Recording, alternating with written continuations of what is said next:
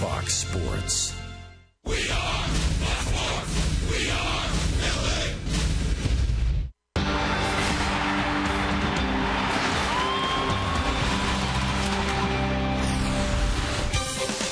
It's time for Dodger Baseball.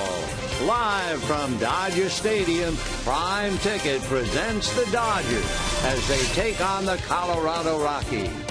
Hi, everybody, and a very pleasant Saturday evening to you, wherever you may be. Game 2 of the 3-game series with the Rockies. The Dodgers have won 9 and lost 8. They have a chance to win the season series tonight or tomorrow. And for that matter, the Dodgers have not lost a season series to Colorado since 2007.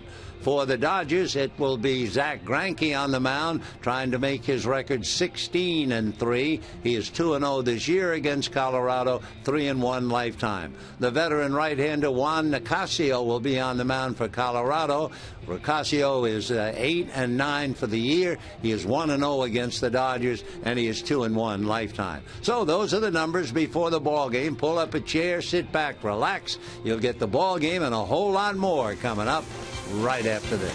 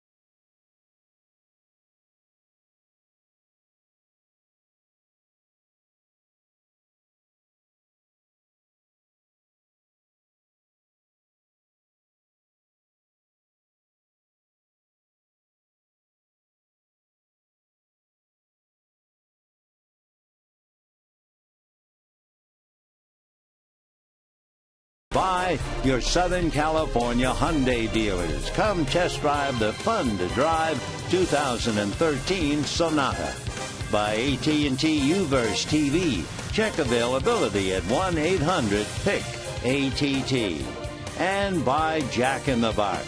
Go big at a participating Jack in the Box with Jack's really big chicken sandwich combos for only $3.99 plus tax. Sun setting on the regular season. Just 2 games left to go. Last night, another sellout crowd in Chavez Ravine. got to watch a classic performance by Clayton Kershaw. 6 innings, 82 pitches, struck out 8, didn't walk anybody, didn't allow a run to run his record to 16-9. Tonight, he gives way to Zach Greinke. If Greinke wins tonight, Steve, he has a better record than Clayton Kershaw. He also has an impressive ERA. He missed 29 games with a broken clavicle. Is he the second best pitcher, not just on the Dodgers, but in baseball? Yeah, he could be. If he had more starts, he had a great chance to compete for the Cy Young along with Clayton Kershaw. I thought the classic performance you were talking about was Tommy Lasorda on the big screen here singing My Way for his 86th birthday. I'll tell you what, Greinke's just been awesome. I mean, you're talking about a guy who basically said, I'm going to sign with the team who offers me the most money. The Dodgers ponied up, and they got their $25 million a year worth out of this guy. He has been brilliant. He's been everything as advertised. And he is the guy that made this team a championship caliber team right behind Clayton Kershaw. He's good with the glove. He's a stud with the stick as a pitcher. 339. He's the best hitting pitcher in Los Angeles Dodger history. Tonight, they just want to see him on the mound. Dodgers have Colorado covered this weekend. From Ace to Zach, it's the Dodgers and the Rockies.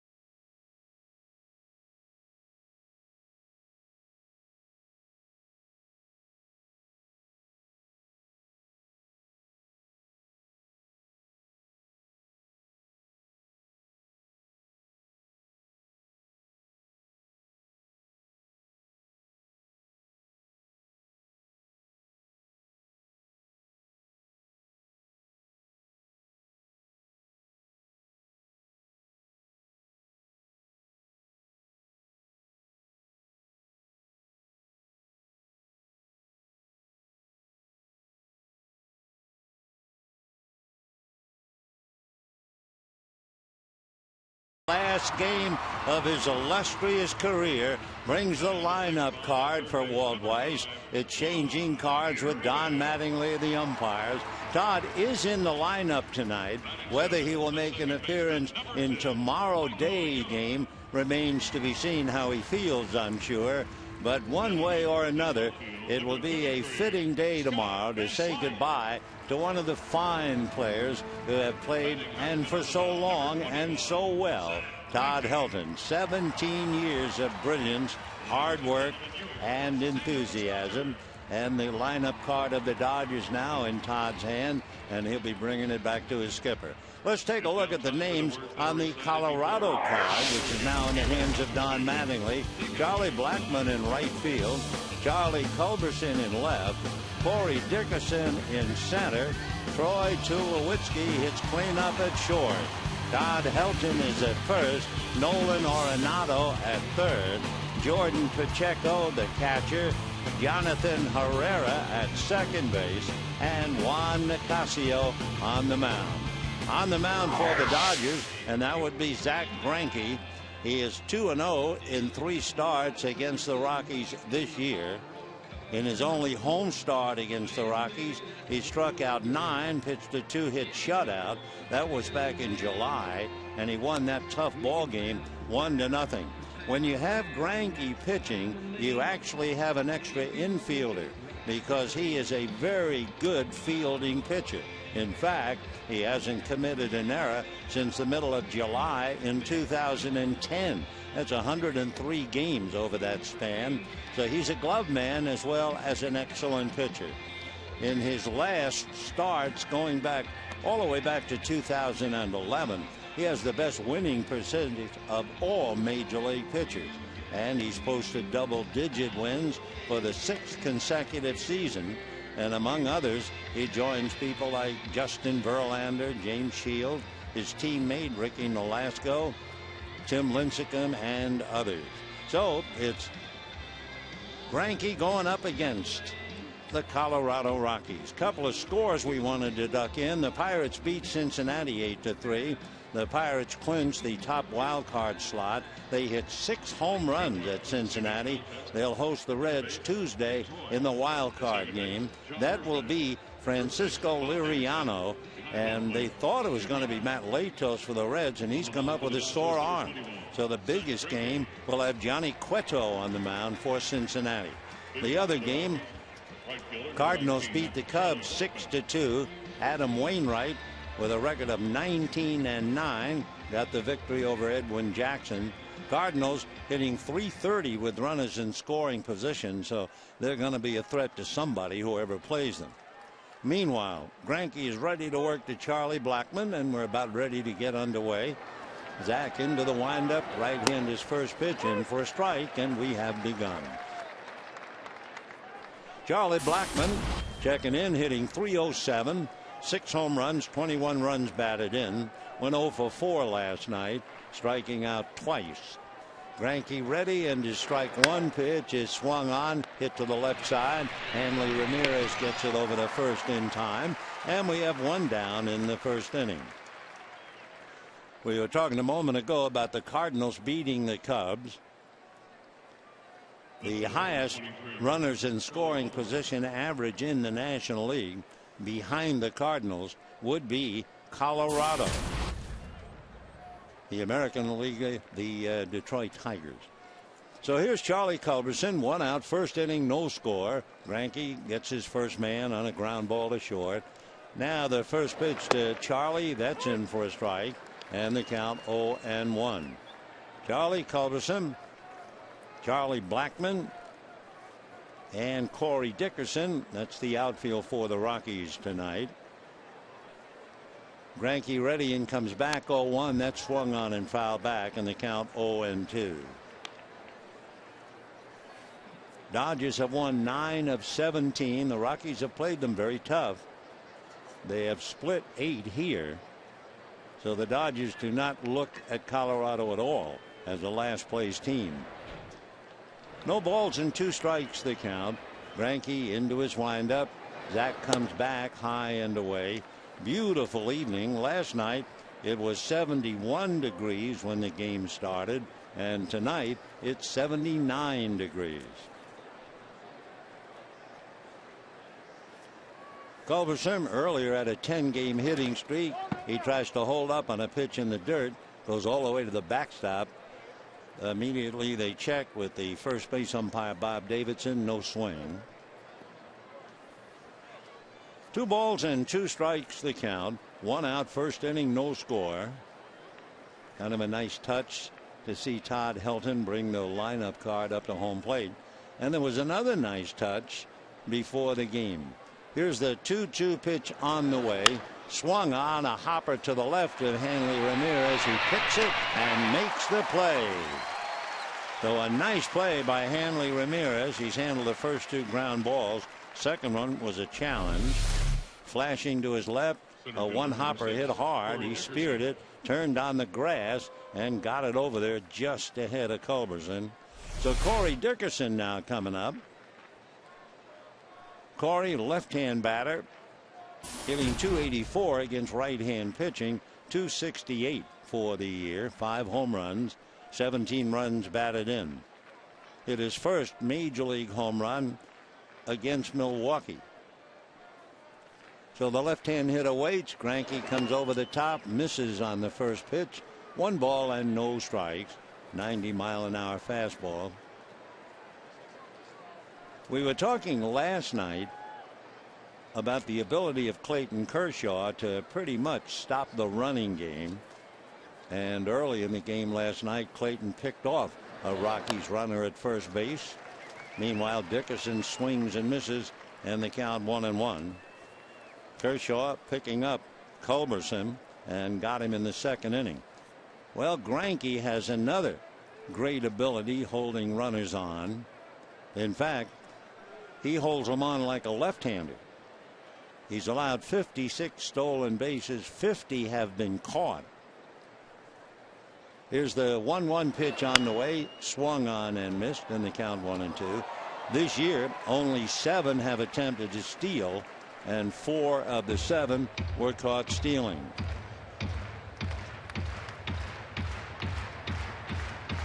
So we have 2 down here in the first inning.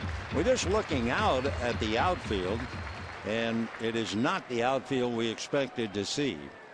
Tell you more about that in a minute, but let's put it this way. Matt Kemp is out, and Skip Schumacher's in center field.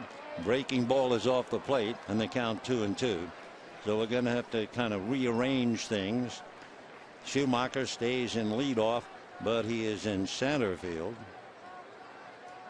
Nick Buss, the rookie left-hand hitter, Nick's in right field. He'll be batting at the bottom of the lineup. The next pitch is swung on and fouled away. So if you have a scorecard, you're going to keep. It's not too dramatic a change, and yet it messes up the whole lineup when Kemp's name is out of there. He was supposed to hit behind Gonzalez. Now coming out, they've moved everybody around. So I'll have some white out handle, or at least an eraser. 2 balls, 2 strikes, 2 out first inning. Greinke ready. Here he comes. Swung on and fouled away.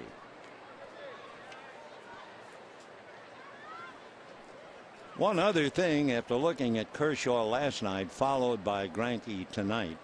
Since July 30th, Clayton and Zach are the top 2 pitchers in the major leagues in earned run average. Clayton 1.55. Greinke 1.59. What a knockout punch that is.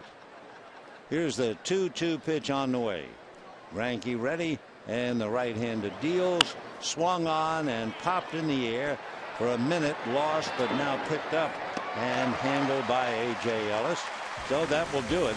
The Rockies go 1-2-3, and at the end of half an inning, no score.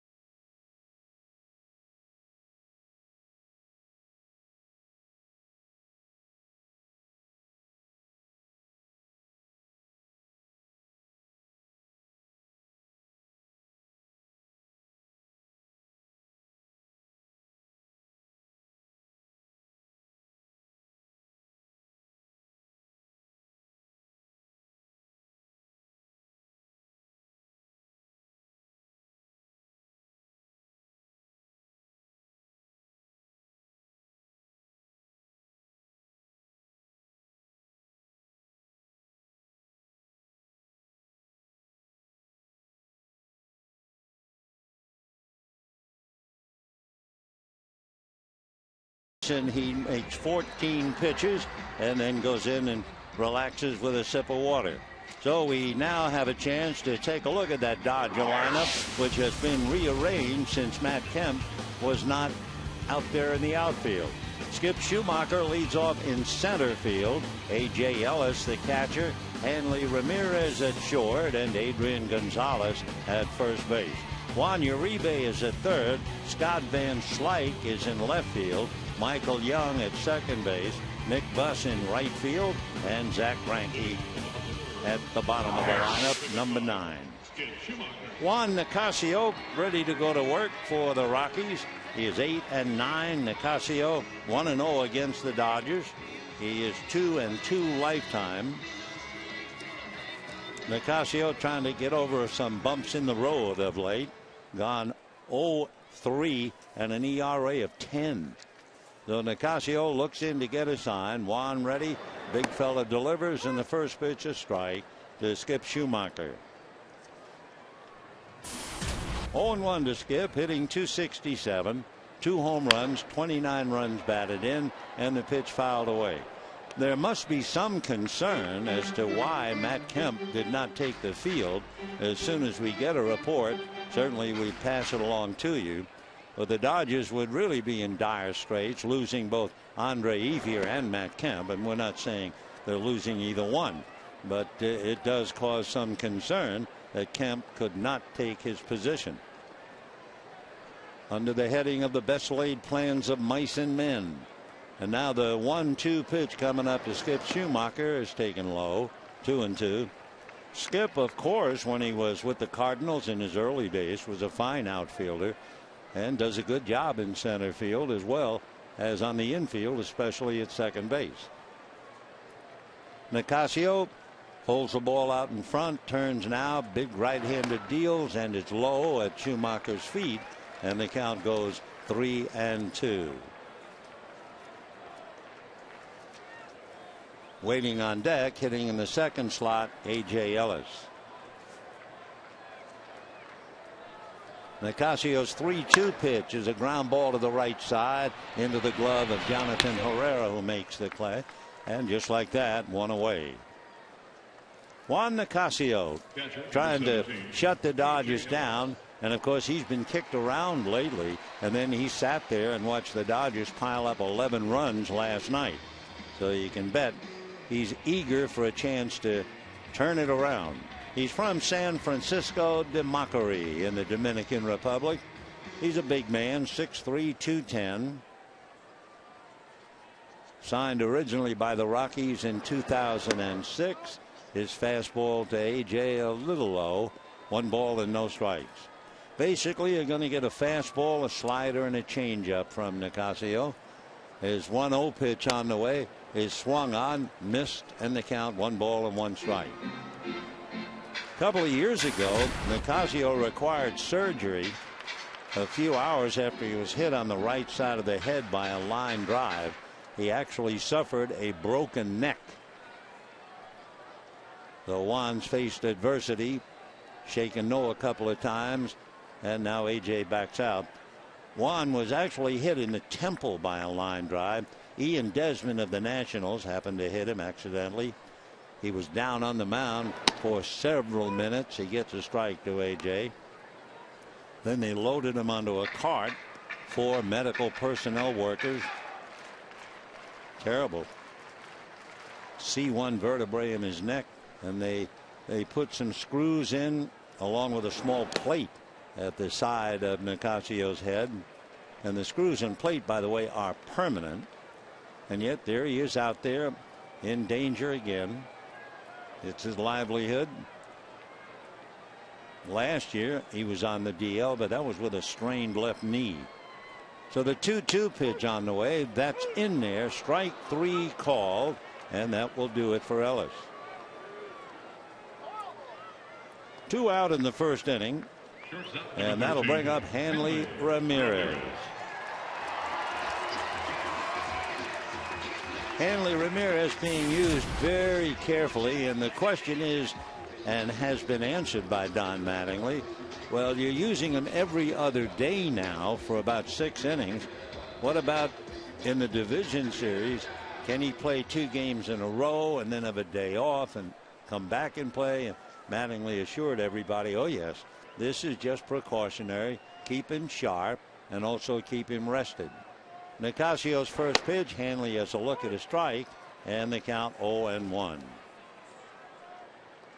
Tyler Chatwood was going to pitch tomorrow, but they have scratched him. Nicasio rocks in the strike 1 pitch on the way. Hanley looks, that's low and away. 1 ball and 1 strike.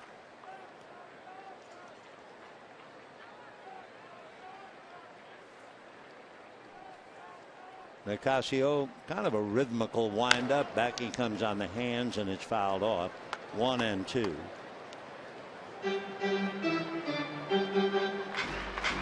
Hanley Ramirez 1 for 7 in the past against Nicasio.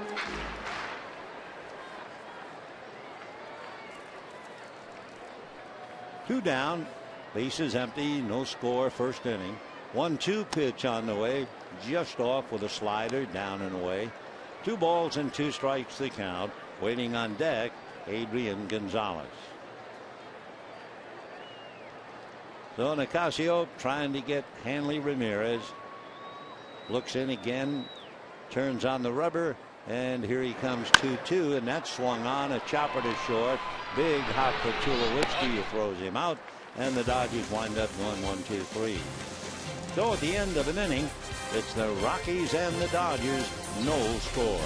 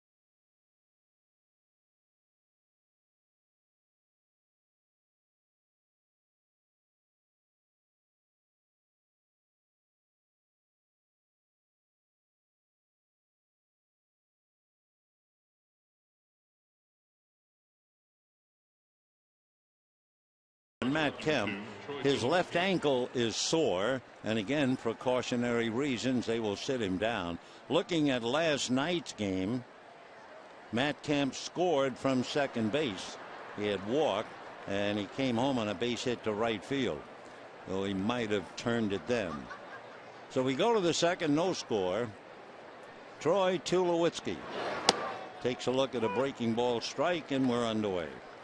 When you talk about shortstops in the National League, and there's a lot of talk about Andrelton Simmons of Atlanta, all of the other fine shortstops, but it all begins after Tulowitzki. He's the #1 shortstop without a doubt.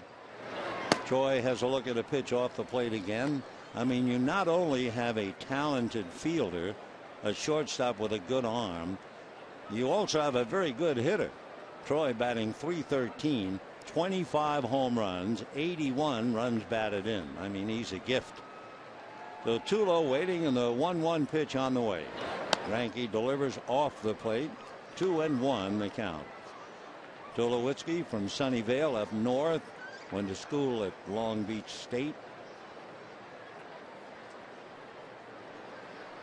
Tulowitzki followed by Todd Helton and then Nolan Arenado. Helton waiting, and the 2-1 pitch coming up to Tulo. Greinke delivers, and he's low, ball 3. 3-1 the count. Greinke got a couple of ground balls, had a nice play behind him by Hanley Ramirez in the first inning. Hanley flashing to his left, gloving a hard hit ball by Culberson, and he threw Charlie out. 3-1 the count to Tulowitzki. Tulo hit the first pitch for a base hit last night against Clayton Kershaw. 3-1 pitch, swung on, foul back, fastball alley into the second deck directly below us, and it was a 93-mile-an-hour fastball. Tulowitzki last night single, grounded out, flied out, and then gave way to Jonathan Herrera.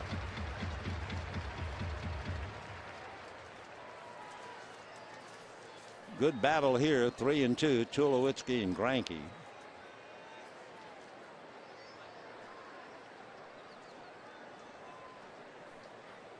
Tulo checks in. Greinke ready, and the 3-2 pitch to the Rocky shortstop is swung on and missed. Down he goes. So one away here in the second inning on the strikeout, and now Todd Helton coming up. Look where Greinke and Kershaw are as far as the lowest season ERA since 2000. Pedro Martinez 1.7, right behind him Kershaw 1.8.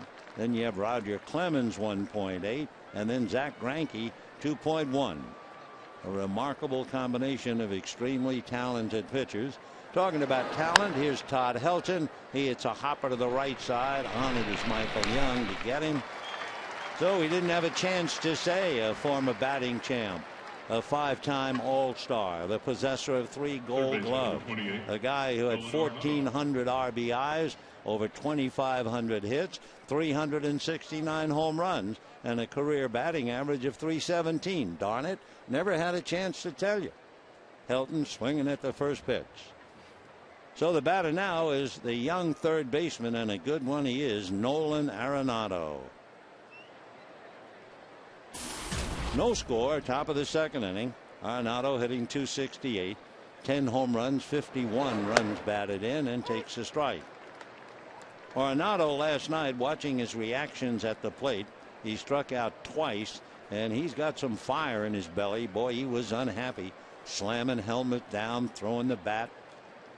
Not blaming the umpire, he was just angry at himself. Strike one pitch, Nolan holds up, and the pitch a trifle high. 1 ball and 1 strike. Wow, sunset time in Los Angeles and in Southern California. 79 degrees, and there the mountains are etched against the skyline. What a view we should never take for granted.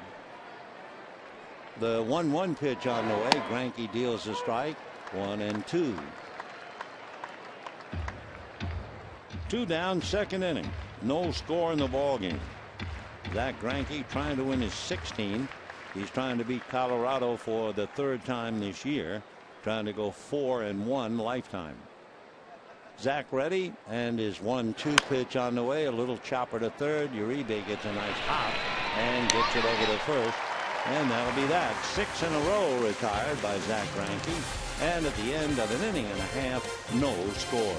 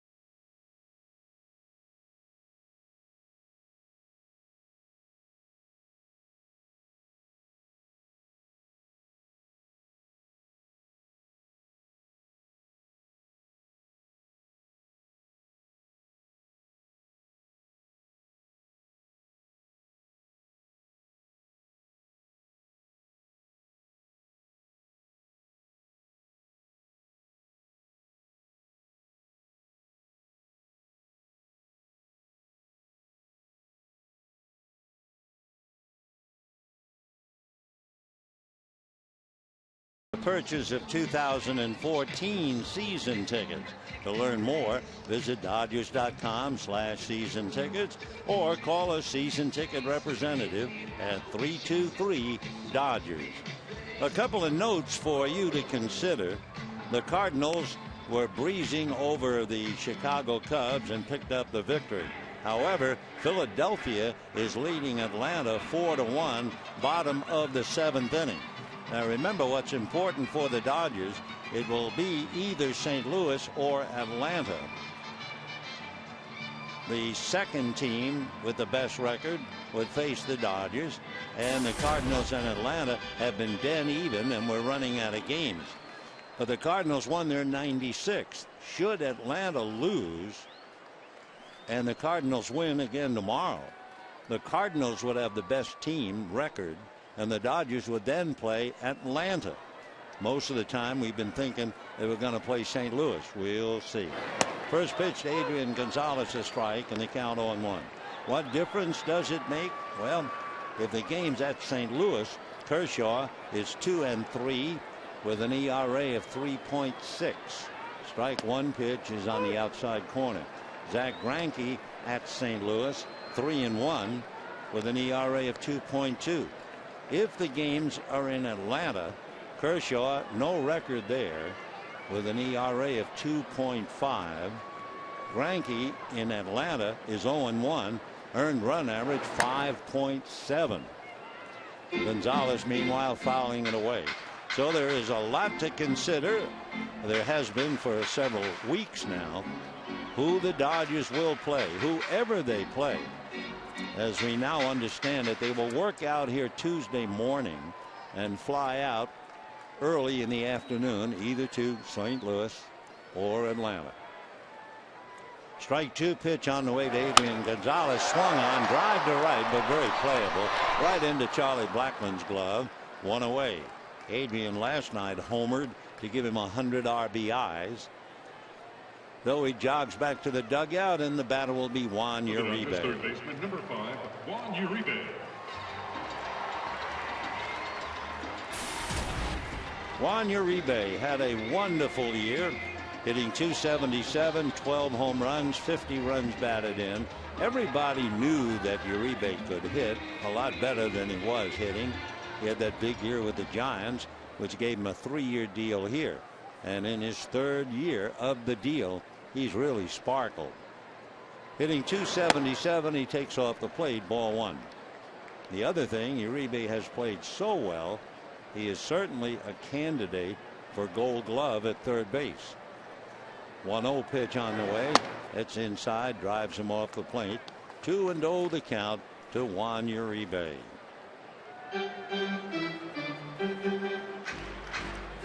One out, bottom of the 2nd inning, no score.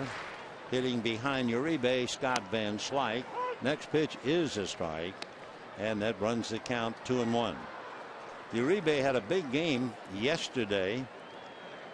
2 singles, a double, a walk, a stolen base as well. Waiting on the catcher, Jordan Pacheco. He turns around. I don't know if there's a light on or something, but the plate umpire, Jim Reynolds, is leaving the home plate area and heading over for the Dodger dugout, and then whatever was bothering him has gone out. Okay.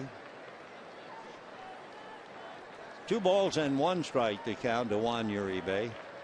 Jim Reynolds behind his catcher Pacheco. Juan Nicasio ready to go to work. 2-1 pitch on the way, swung on and missed. Big swing. Uribe in the month of September has 5 home runs, 13 RBIs in the 20 games in which he has played this month. He pokes one to first. Up with it nicely is Todd Helton. Remember, he's won 3 Gold Gloves and made that look easy. Left fielder, number At 40 years old, to be able to react like that, a right-hand batter hitting the ball to your glove side, nice play. Because he was a wonderful all-around athlete. We've told the story many times. He was a quarterback at the University of Tennessee, hurt his knee, and was replaced by, of all people, Peyton Manning. Scott Van Slyke takes a slider off the plate. Ball one. 1-0 to Scotty, hitting .247. I'll make it .242. He has 7 home runs. 19 runs batted in. And the pitch is low. 2-0. So Nicasio, who has certainly had his problems, trying to iron them out tonight. Juan ready. His 2-0 pitch, and that's taken off the plate, ball 3. Nicasio came up to the Rockies in 2011, and he was 4-4. Last year, recovering from the line drive hit in the head and everything else, he was only in 11 games. 3-0. In there for a strike. 3-1.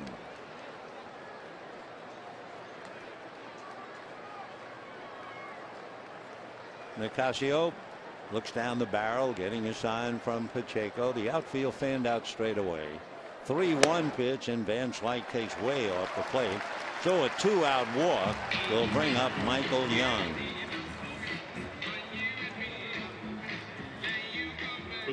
Michael Young, since he joined the Dodgers, is hitting .341.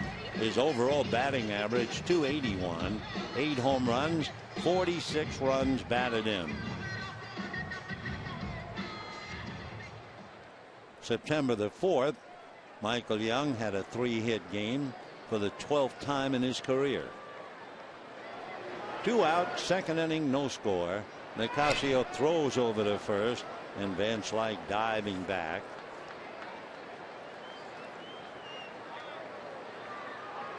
Van Slyke is 1 for 1 in stolen bases. You have young Nick Buss on deck, the left-hand hitting outfielder. And Nicasio ready. Young has a look, and it's low, ball 1. 1-0.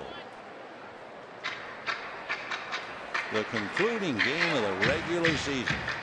Holy mackerel, where did all the time go? But it has gone. Hyun-Jin Ryu will be on the mound. Rockies have not yet announced, only to the fact that Tyler Chatwood would not pitch. The 1-0 pitch on the way to Michael Young, swung on, missed, in the count, 1 ball and 1 strike. It's worth repeating. Nomar Garciaparra was talking about Michael Young, with young Buss waiting behind him. And he was raving about Michael Young, the most professional hitter he had ever seen. 1-1 pitch is swung on, fouled away, 1-2. What Nomar, being a fine player and a very good hitter himself, talked about was Young's mental preparation before every at-bat. He doesn't just go up there and hack. He's not just going up there looking for a strike. He has a lot more complicated thoughts than that, and then executes them. Here's the 1-2 pitch, instead a throw to first. Michael Young, as far as his at-bats are concerned, well over 500. You put together plate appearances, and he's up around 600. So the veteran right-hand hitter, he can give you a good job at third, at second. He's also played first. And the 1-2 pitch coming up. Nicasio at the belt, and comes with a pitch fouled away into the screen, and it's still 1-2. Hyun-Jin Ryu tomorrow on Fan Appreciation Day. Rio will be trying to win his 15th game. He's 14-7. So one thing, the Dodgers have to feel confident they're going into the playoffs with 2 pitchers extremely ready in Kershaw and Greinke, and Ryu is just about ready. The 1-2 pitch is hit down the right field line, base hit. Over to try and cut it off is Charlie Blackmon. Young on his way to second. He is in there with a double. Stopping at third is Van Slyke with 2 outs.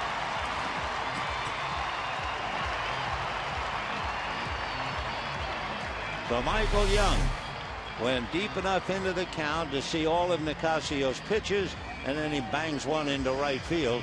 for a double to put Dodgers at second and third, and the young Nick Buss coming up. Good play by Charlie Blackmon to get the ball in quickly out there and prevent Van Slyke from trying to score. We were doing a little study on Nick Buss. In his 15 at-bats with the Dodgers, he has hit 10 balls on the ground to the right side. So let's see what happens to him now. First base open. Nicasio delivers, and it's a little low, ball one. So Nick Buss trying to pick up somebody, hitting 125.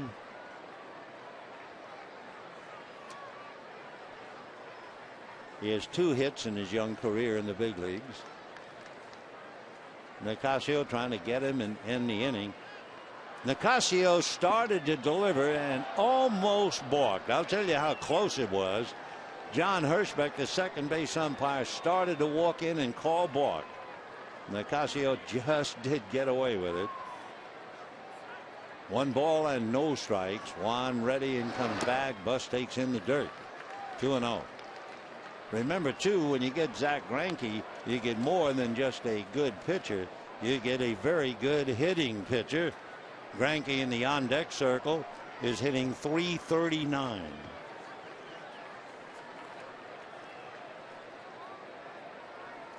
Two balls, no strikes, 2 out. Dodgers at second and third. Second inning, no score. The pitch to Buss is taken for a strike, breaking ball, and the count 2-1. Nick Buss, 6'2", about 195. 27 years old come December. From Southfield, Michigan. Went to USC. Here's the 2-1 pitch on the way. Swung on and line foul over the roof of the Dodger dugout, back into the stands. 2-2 the count. Boy, it's interesting. I'm just looking down to see where Greinke stands. He stands a foot away from the disc, the so-called on-deck circle. Last night, Clayton Kershaw was standing on that disc. D. Gordon had a check swing and hit a line drive right over Kershaw's head. 2 balls and 2 strikes to Nick Buss. He swings, rolls one to first. Up with it is Helton, goes for the bag, and the inning is over. So that's 11 of 16 on ground balls to the right side. He certainly got that down cold. No runs, a hit, 2 left at the end of 2, no score.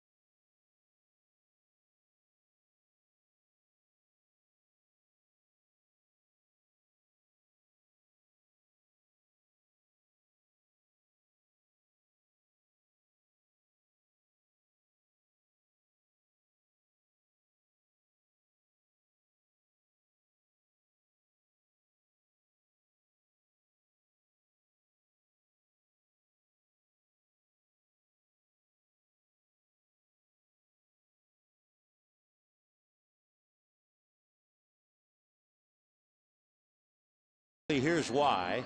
The overall batting average, 3rd in the league. Runs per game, 7th in the league. Great pitching, third in the league. The starters lead the league. And, of course, you're talking about Kershaw, Greinke, Ryu et al. And since June 22nd, the Dodgers playing better than 700, 7 out of 10. But, of course, what really got them started when they went 42-8. Because every time I have people talk about that 42-8, I always think of, it also brought back two other tremendous charges by teams in the National League. One by the New York Giants, and they beat the Brooklyn Dodgers with their charge. And another by the St. Louis Cardinals back in 1942, and they beat the Brooklyn Dodgers. So you talk about one good year, and it brings up the memories of two heartbreak years. Meanwhile, the catcher, Jordan Pacheco, up there, 1 ball and no strikes. He looks at a strike, and the count 1-1. Zach Greinke trying to win his 16th. Clayton Kershaw is 16-9. Greinke is 15-3. Clayton looking on after a magnificent job last night. 1-1 pitch, skied foul off to the right, well out of play. In watching Kershaw last night, that was as good a game as we've seen him pitch. And I think what happened was it was really overlooked by the fact the Dodgers got 11 runs and won 11-0. But Clayton went 6 innings, allowed just 4 singles, struck out 8. Do not believe he even allowed a runner to second base last night. He was magnificent. Here's the 1-2 pitch to Jordan Pacheco. That's hit to the gap in left center. Here comes Schumacher. Overruns the ball, backed up by the left fielder Van Slyke, who gets it back in, and it's a long single for Jordan Pacheco. So Schumacher on the dead run, trying to get it, couldn't do it.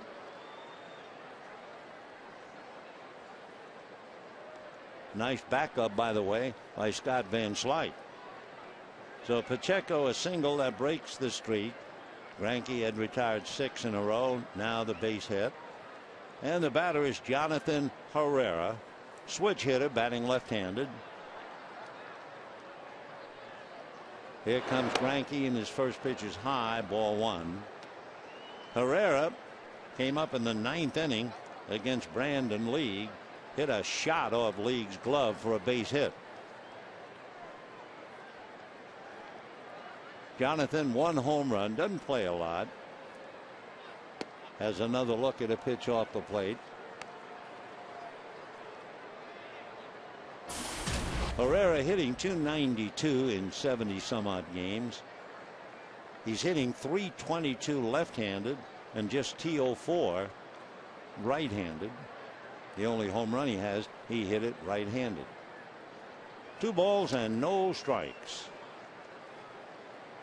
Greinke ready, delivers, big chopper to the hole, plugging it up nicely is the Dodgers second baseman Michael Young. Moving to second base goes Pacheco, and that'll bring up Juan Nicasio. Pitcher number 12, Juan Nicasio. Greinke now with a runner at second base. Nicasio has 3 runs batted in. He has 10 sacrifices. And I've always wondered, you get a pitcher who obviously bunts very well, and yet you never see them try to bunt for a base hit. So we'll see. Right-hand batter checks in. Greinke's fastball, full swing and a miss. 0-1 the count. Pacheco at second. Only 1 out here in the 3rd. No score. Tomorrow, left-handed Jeff Francis. Jeff Francis, few years ago, back in 2007, was a 17-game winner. He's fallen upon lean times, but he's going to pitch tomorrow against the Dodgers. Strike 1 pitch, good, in for a strike, 0-2. So Pacheco at second base, 1 out, 3rd inning, no score, each side with 1 hit.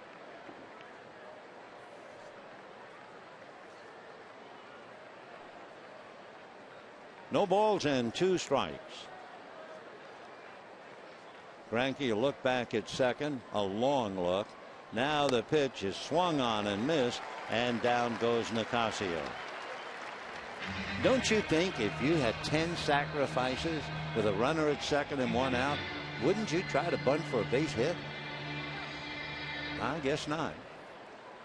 2 down, and Charlie Blackmon coming up. By the way, in looking at past to turn and learn about the present, with Nicasio, the Dodgers miss Matt Kemp in the lineup. Matt Kemp is hitting .308 against Nicasio, 4 hits and 2 home runs.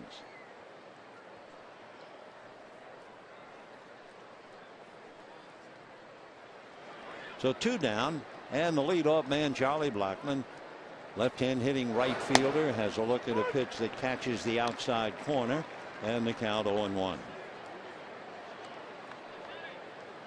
No score, 3rd inning. Charlie trying to pick up Pacheco and get the Rockies on the board. No balls and 1 strike.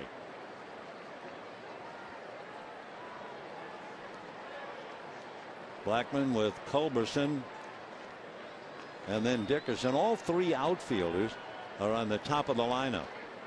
Blackmon followed by Culberson, followed by Dickerson. Now the strike 1 pitch on the way. Greinke very deliberate. Fastball gets the outside corner at the knees at 93.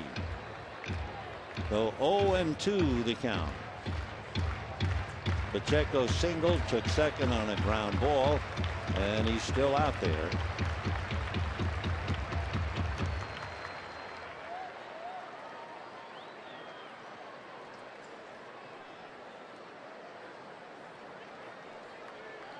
Charlie waiting, Greinke taking plenty of time. Zach another quick look back at second. Strike 2 pitches, line foul behind Stu Cole, the third base coach, and it's still 0-2.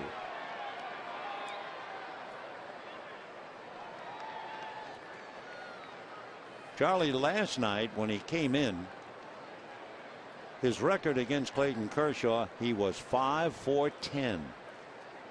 And then his first 2 at-bats, Kershaw struck him out, brought him right back down to earth.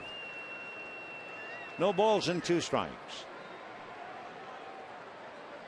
Greinke again ready, very careful with Pacheco, back to the plate. It is just off, and a 1-2 count. Greinke has now made 39 pitches. He worked hard in the 2nd inning. Struck out 1. That's so far, and then he got Nicasio for his 2nd strikeout. He nods yes to AJ, and the 1-2 pitch to Charlie Blackmon is fouled back to the screen. So tomorrow, Fan Appreciation Day. Hyun-Jin Ryu, he'll get his work in against Jeff Francis. Jeff Francis is from Canada. He was a 1st-round pick by the Rockies back in 2002. He was hit in the head. No, we were talking about Nicasio. Francis suffered the same thing. It's very dangerous out there. I mean, you talk about how far the batters can hit the ball, and that line drive this and that line drive that, and there's the pitcher in a follow through, usually wide open. Pretty hard to defend. 1-2 pitch on the way. Greinke delivers. Big bouncer slowly. Tough play. Picked up by Ramirez. The throw on a bounce is not in time. Base hit. As soon as that ball left the bat, it was a tough play. The chances were very much against Hanley Ramirez getting the play, especially against a left-hand hitting outfielder who runs well. So it's a single for Blackmon, and that will bring up the other outfielder, and that would be Charlie Culberson. It was a great effort by Hanley. So the Rockies have runners at 1st and 3rd, 2 out. Culberson was robbed of a hit by Ramirez on a ball hit to Hanley's left in the 1st inning. Charlie hitting .301, 2 home runs, 12 runs batted in. The pitch off the plate, ball one. Of course, you see these young outfielders, Blackman, Culberson, Dickerson. You think about Carlos Gonzalez, who can't play. Cargo's banged up. Dexter Fowler is not playing. And then you think of some of the great names in the past, Larry Walker, and remember when Matt Holliday played with the Rockies. 1-0 pitch on the way is swung on and missed, 1-1. So for Colorado, I guess you could kindly call it a transitional period. They're struggling. They're 20 games back. Walt Weiss, among other things, he's a black belt in Taekwondo. Yeah, don't mess around with Walt. Fine shortstop in his day. 1 ball and 1 strike. The next pitch is waved at and missed. So 1-2 the count. Now AJ saying time a minute, going out just to keep the infield up. First and third, 2 out, 1-2 count, no score, top of the third. Down the line from third comes Pacheco, the catcher. Away from first, Charlie Blackman. Blackman is 7 for 7 in stolen bases. Greinke ready, comes to the plate, and it is swung on and missed, and that's that. Culberson strikes out. That would be the 3rd strikeout for Zach Greinke. No runs, 2 hits, 2 left. And at the end of 2.5, no score.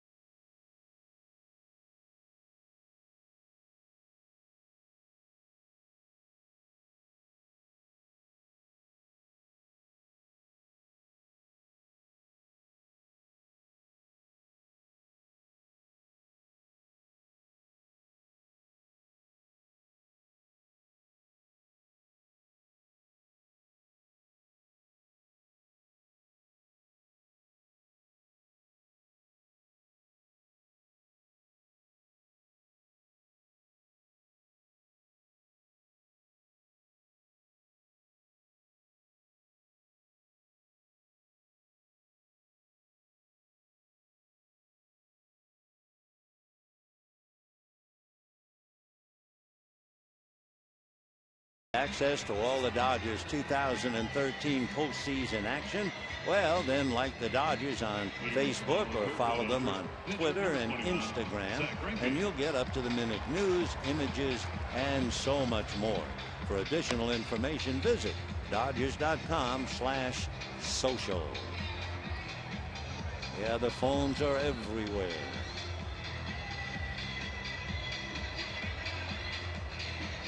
No score, bottom of the 3rd inning. Zach Greinke will start it off, and then it'll be Skip Schumacher and A.J. Ellis.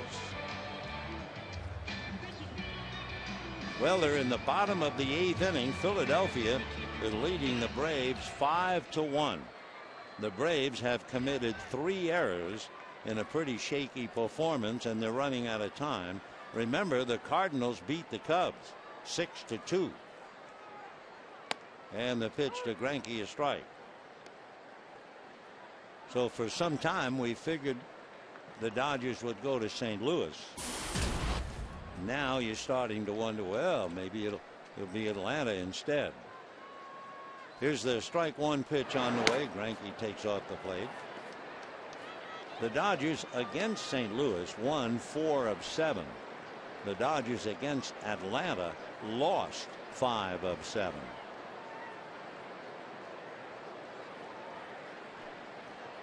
One ball and 1 strike. Nicasio ready and comes back, and it's hit foul off first base, out of play. 1-2 the count. Of course, you have to remember the Dodgers played Atlanta 3 games in Atlanta in May, and they played them again early in June. That was not the team that went 42-8. So just like the Mets back in '88. Mets beat the Dodgers 10 out of 11 that year, but who went to the World Series? Greinke fouls another one off upstairs. So Zach's still there. 1 ball and 2 strikes. Greinke, Schumacher, and Ellis. If he joined us late, Matt Kemp not in the lineup. He was, but they took him out when they took the field. Sore ankle. 1-2 pitch. Greinke swings and misses, and down he goes. So Nicasio picks up his 2nd strikeout after fighting his way out of the 2nd inning by getting the young Nick Buss to ground out with runners at 2nd and 3rd. Now with 1 away, he's got Schumacher, who grounded to second base in the 1st inning.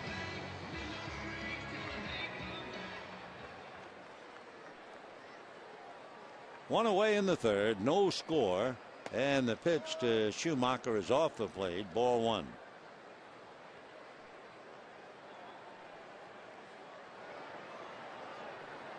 Skip waiting. Nicasio reading Pacheco. The next one just off the plate. Ball 2. 2-0 the count. Off speed pitch. Schumacher, 2 home runs, 29 runs batted in. Next one misses for ball 3. No score. Bottom of the 3rd inning. Closest to a run. Dodgers had 2nd and 3rd, 2 out in the 2nd inning. Couldn't do it. 3-0 pitch on the way, and that's in there. Schumacher all set to throw his bat away. 3-1 the count. Jim Reynolds, the plate umpire, over 14.5 years. Born in Massachusetts, lives in Arizona. 3-1 pitch, swung on, soft chopper to the right side, handled easily by Herrera. So Schumacher loops out to the second baseman. 2 down in the 3rd, and the batter A.J. Ellis.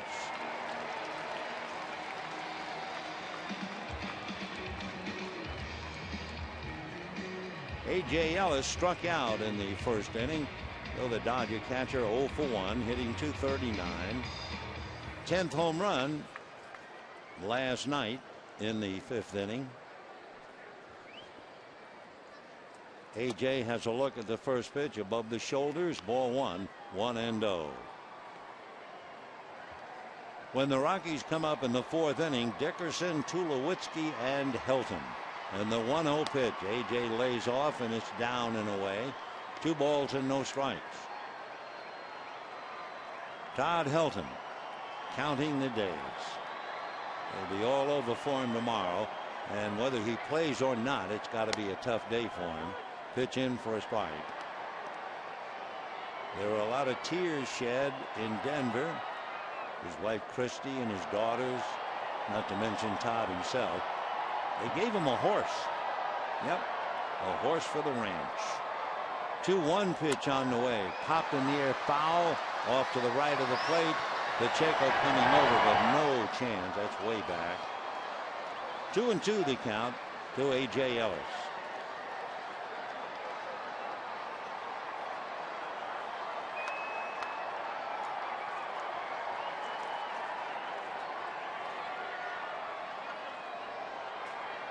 A.J. back up there. Nicasio, both feet on the rubber.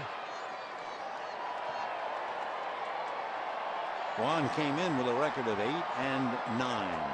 His 2-2 pitch, fastball, swung on and missed. That fastball was 96 miles an hour. That's as hard as he's thrown. Dodgers are done in the 3rd. At the end of 3, no score.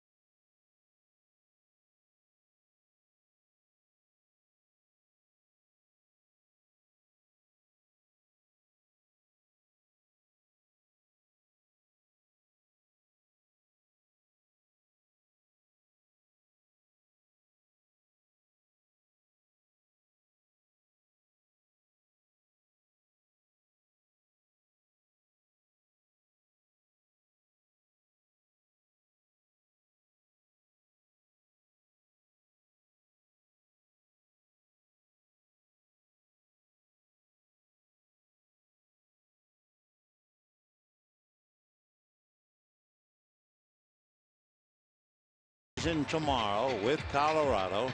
Hyunjin Ryu against Jeff Francis. Dodgers then will take it easy. They'll probably perhaps work out on Monday.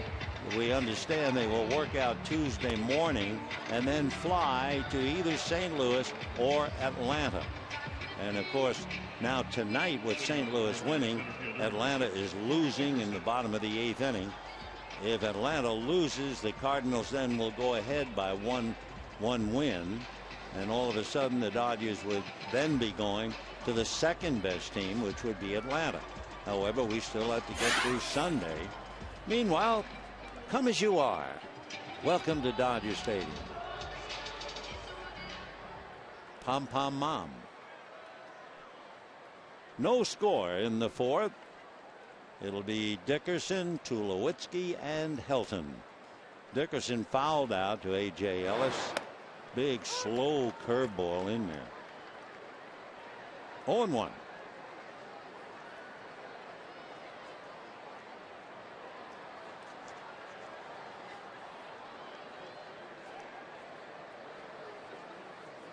The Rockies are celebrating their 20th anniversary. That's fastball alley again, 91 miles an hour. Back in 1995, the Rockies played in the division series only to lose to Atlanta. In 2007, they reached the World Series, but they lost to Boston. And then in 2009, they got to the division series only to lose to the Phillies. 0-2.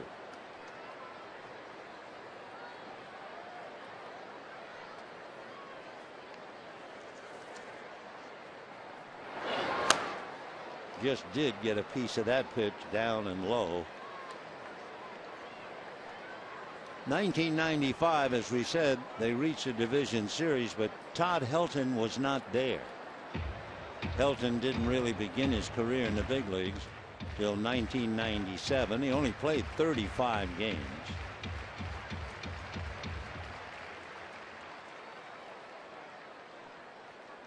No balls, 2 strikes. 1-2.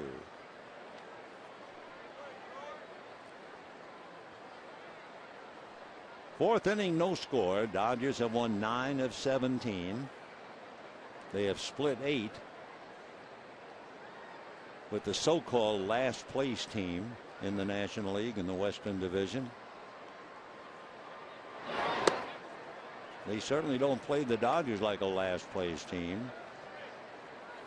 Interesting, when the two teams took the field last night, they had the identical record in the West. The Rockies were as good as the Dodgers. Walt Weiss's boys were 36 and 37. Then the Dodgers won to even it up, and the Rockies are now 2 below. But that's not a great mark for a ball club that's first. And for Mattingly, flanked by Troy Hillman and Rick Honeycutt. 3-2, shaking his head. I think he's unhappy with Jim Reynolds, the plate umpire.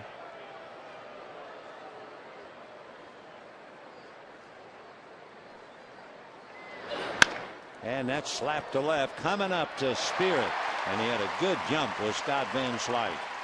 If he hesitates, that's a base hit, but he was on the move. So 1 away, and now Troy Tulowitzki coming up.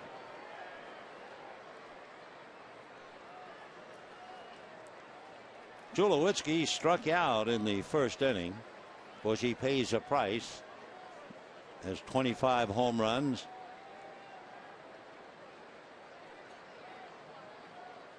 Troy, with 81 runs batted in, has struck out 83 times. 1 away, 4th inning, no score. Slow breaking ball drops in at 75 miles an hour. It's amazing how they can do that. Slow breaking ball at 74 and then come back 93.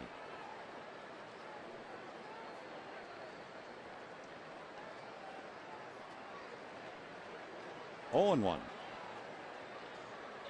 As the fastball whacked foul down the line. That was a 92-mile-an-hour fastball. So that's part of the way to pitch in the big leagues.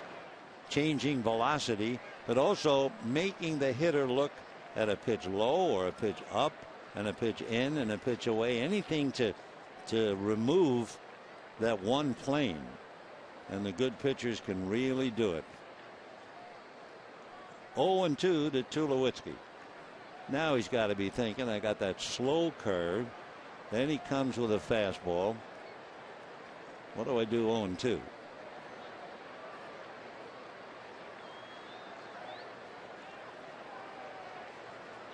And it's a fastball, and he promptly bangs it down the line.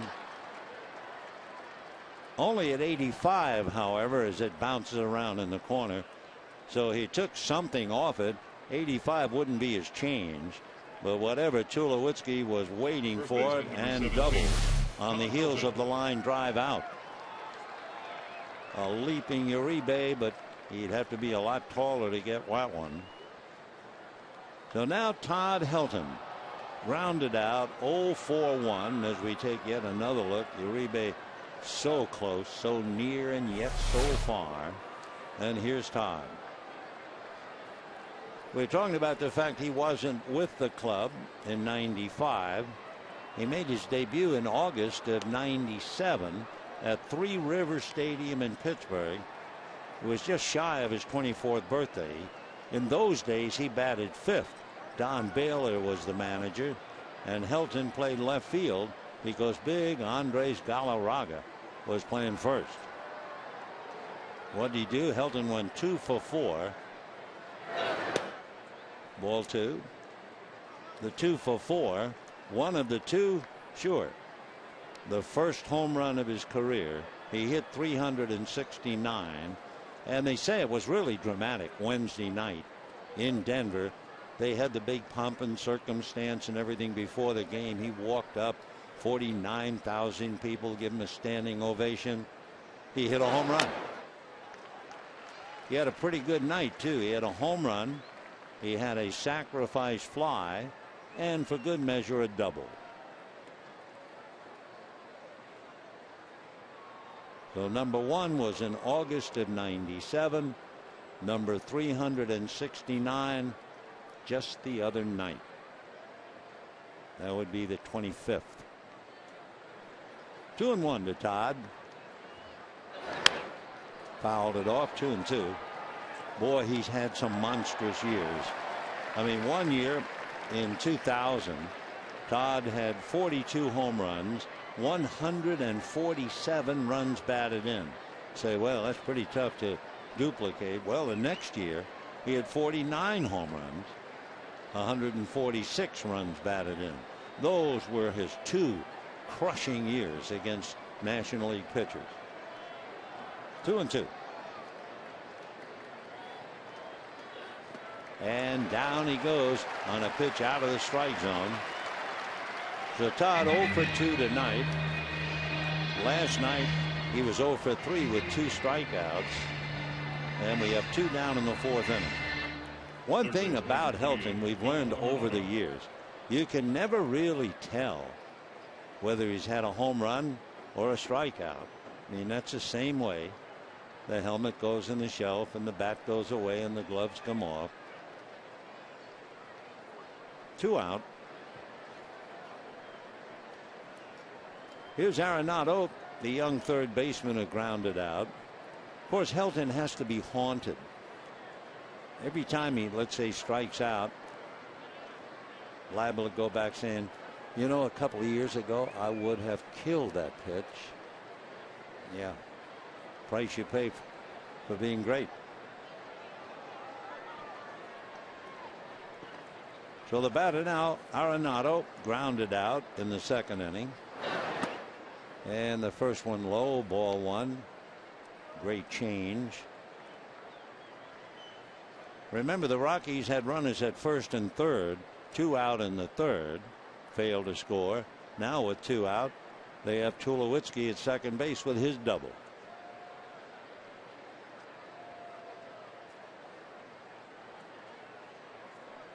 One ball and no strikes. 1-1. And he went right back to 93. Thinking back over Tulowitzki's at bat, first he got that big slow curve, then he got the fastball, then I think in retrospect he got a change, and he was looking and ripped it. Why, he has 25 home runs. 1-1 to Arenado. Good fastball, 1-2. Staying right in the neighborhood, 92-93. The fastest fastball we've seen so far tonight was the pitch that struck out A.J. Ellis in the third. Nicasio really let one fly, and it was 96. 1 ball and 2 strikes.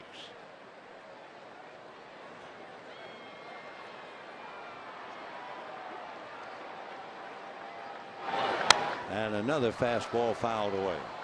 You know, Terry Francona's Indians over in the American League, they're in the top wild card slot. They're 1 game ahead of both Texas and Tampa Bay with 1 game to go. Cleveland really went on a tear. They really got well, went 17-2 against the White Sox. So Cleveland now 1 game up. What a story for Terry Francona. 1-2 to Arenado. He lifts it on the run. Is Slick diving, can't make the play. Backed up by Schumacher. The run is in. Arenado is into second base, standing with the double. Scott Van Slyke very slowly getting up. I think he shook himself up as well. Landed heavily. Take another look.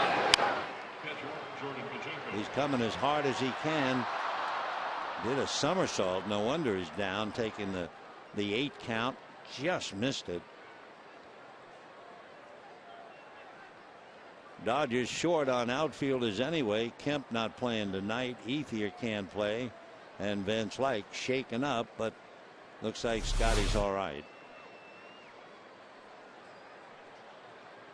So the double picks up the run, and the Rockies lead 1-0. That's a strike. Jordan Pacheco, who singled in the 3rd inning. So a double in the corner by Tulowitzki, and the double on the diving try by Van Slyke, and the Rockies out in front 1-0.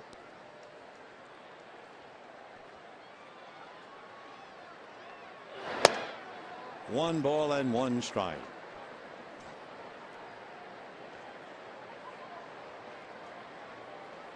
Kind of a contrast to last night's game.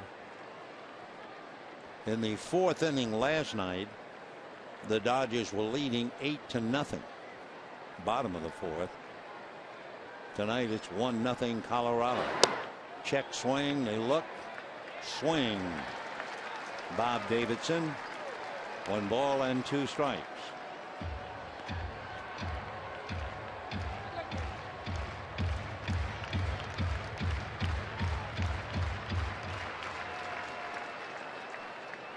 Two out, 1-2 the count. 4th inning, 1-0 Colorado.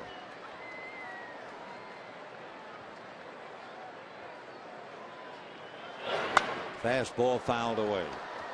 One other footnote on the Cleveland Indians.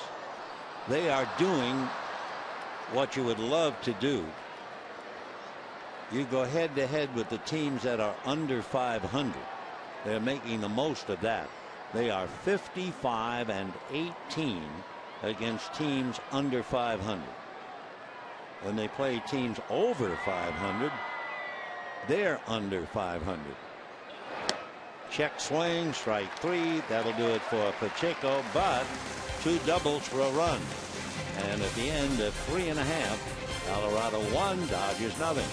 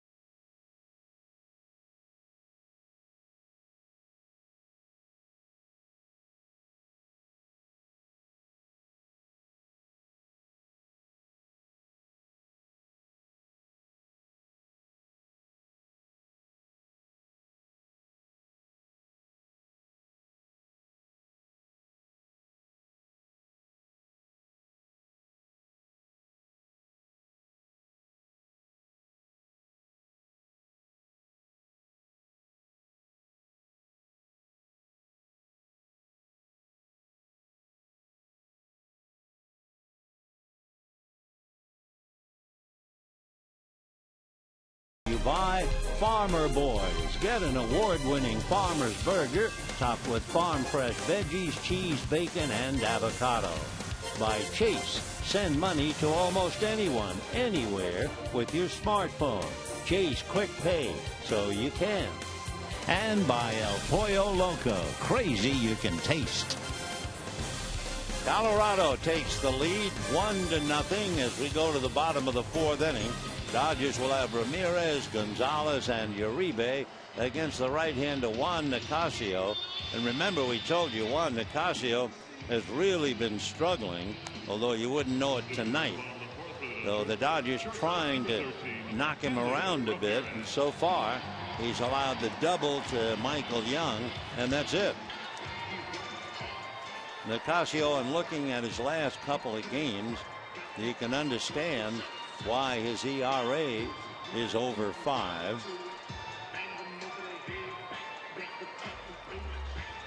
Against the Dodgers, he's 2-2 with an ERA over 4.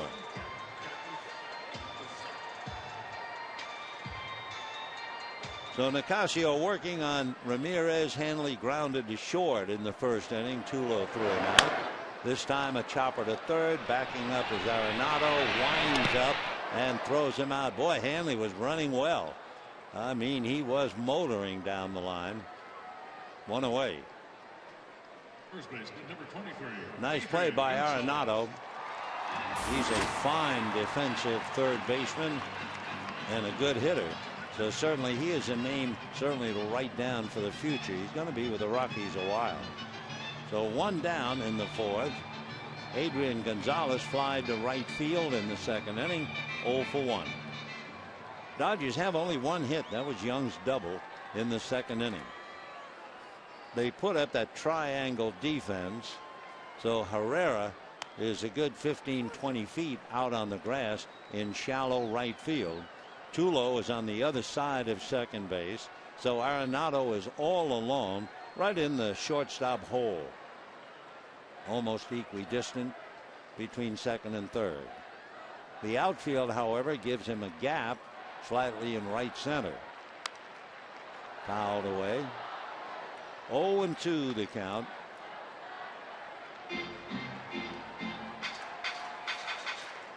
Walt Weiss, who pilots Colorado, had a fine career, and Weiss was the American League Rookie of the Year in 1988. You know who with? The Oakland A's. So when Weiss comes here, I'm sure Walt will never forget Gibson's home run, Dennis Eckersley, etc., etc.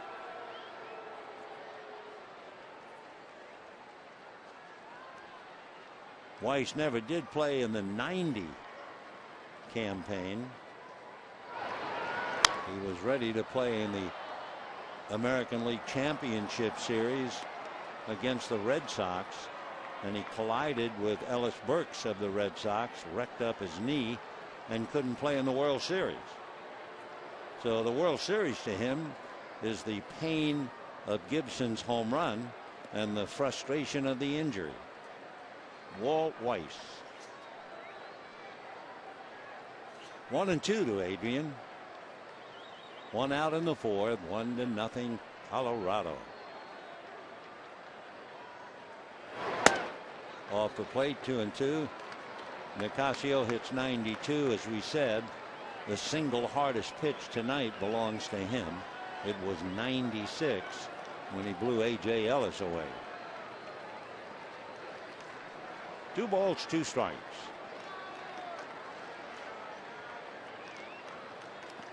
In the dirt, 3-2.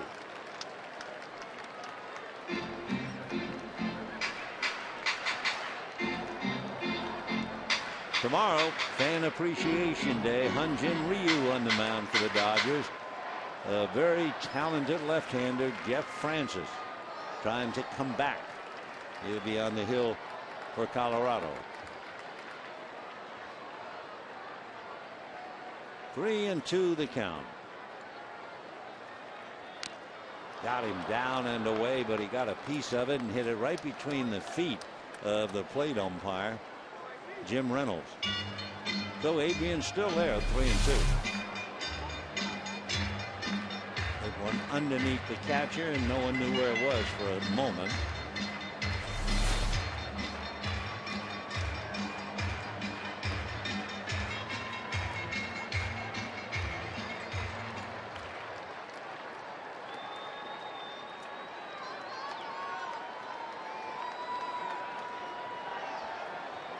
Adrian, 22 home runs, 100 runs batted in. And a hopper fielded in right field by Herrera to throw him out. That happened last night. Same kind of a play. DJ LeMahieu threw him out on what appeared to be a base hit. So the positioning is perfect. And Herrera takes what appears to be a routine base hit into a routine out.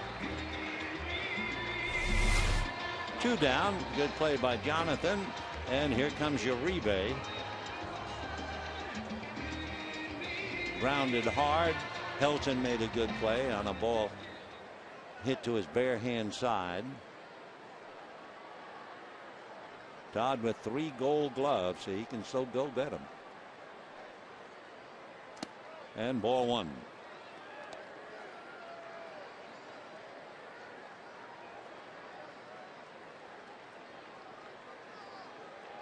Two out, bottom of the 4th, 1-0 Rockies. Next pitch, line down the right field line in the corner. Fair ball. Uribe will go to second base as it bounces into the stands for the ground rule double. So the Dodgers have the tying run out there. That's their second double tonight. They had second and third with 2 out in the second, and Busch grounded out. Now it'll be Scott Van Slyke. Take another look. High fastball, and Uribe hands inside the ball, hits it right down the line and on the chalk as it bounces up into the stands. So Uribe 1 for 2. Van Slyke checking in. He has 19 runs batted in, 7 home runs.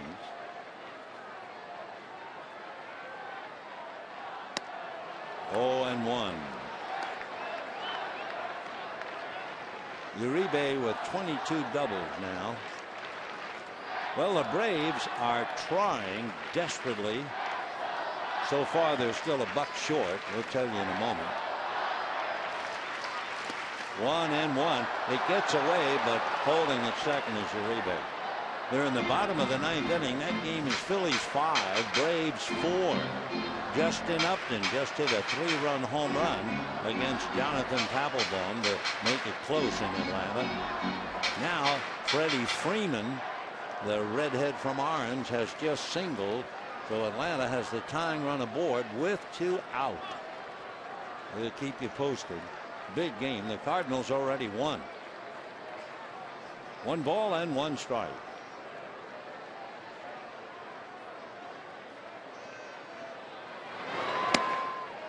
Two and 1.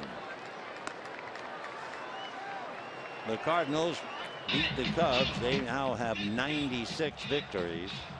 Atlanta has 95. They've each lost 65 games.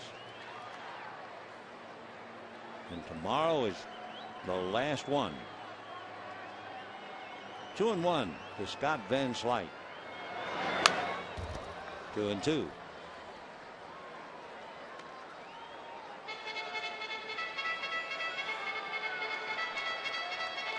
1 run, 4 hits for Colorado. No runs, 2 hits for the Dodgers. Dodgers would have loved to put a few runs in escrow last night. They certainly didn't need 11. Tim Wallach was busy waving home runners. Not tonight. 2-2. Ball 3.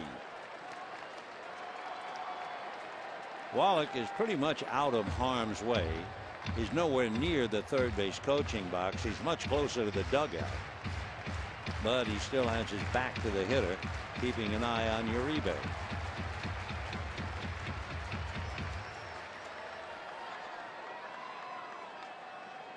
Now that makes him look a lot closer, doesn't it? 3-2.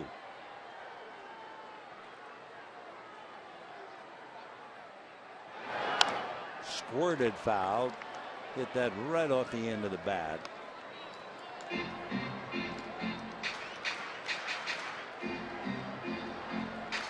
Nicasio doing well. He's made 72 pitches. He has walked 1, struck out 3. 3-2. Fastball, strike 3. Scotty was kind of walking away, I think, hoping he wasn't going to get the bad news, but he got it. So no runs, 1 hit, a man left at second, and at the end of 4, 1-0 Colorado.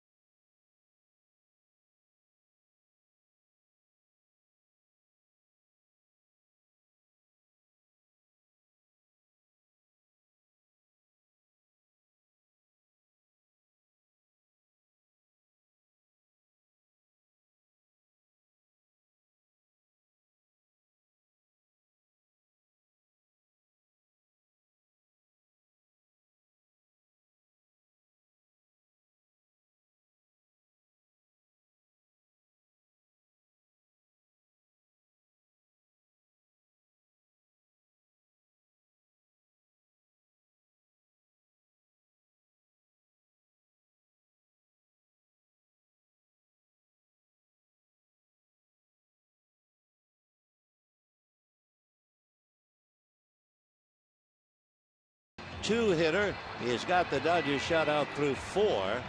And what a shot in the arm he gives the Rockies after they were just flattened last night 11-0.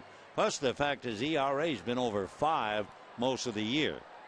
But he's only worked 4 innings, a long way to go. 1-0 Rockies. Jonathan Herrera, then Nicasio, and then Blackman. Ground ball, making a circle route with Michael Young to get it. Started to go to his right, realized the ball wasn't hit that hard, and have to come back around. Well, it's time now for our Twitter poll. Who gets your vote for Dodgers MVP this season? Wow, that's a tough one. Hashtag Dodgers MVP, and then either Kershaw, Gonzalez, Ramirez. We are interested in your thinking on that one for sure. There's Hanley. There's Adrian. And Clayton has been relaxing in the dugout. 1 ball and no strikes to Juan Nicasio. He struck out in the 3rd inning.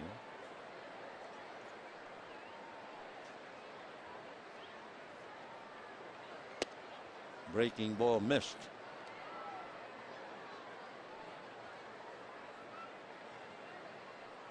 Infield is back. I just will never understand it. There's a guy who bunts so well. 10 sacrifices. And a strike. 2-1.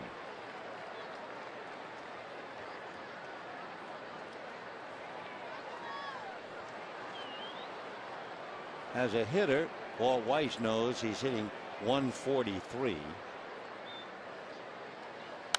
Full swing foul, 2-2.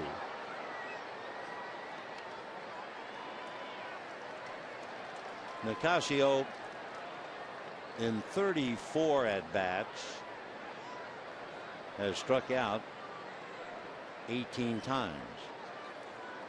So a little bit more than half. Yeah, well, go ahead. Take your rips. Strikes out twice. 2 out in the 5th. And the batter, Charlie Blackmon.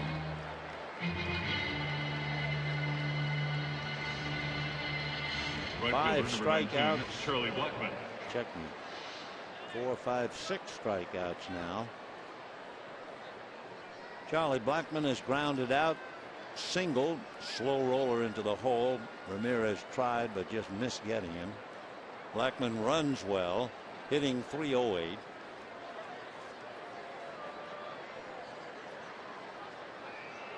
If he gets on base, he is certainly a threat to steal. He is 7-4-7. Boy, have they got a mess in Atlanta.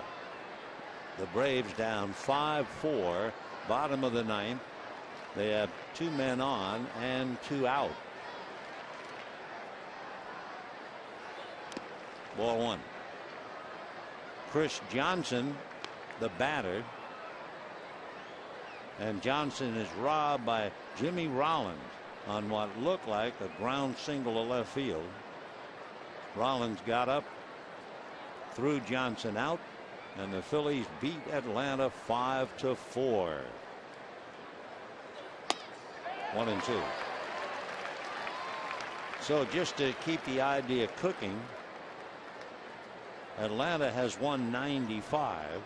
The Cardinals have won 96. Unless tomorrow the Cubs beat the Cardinals,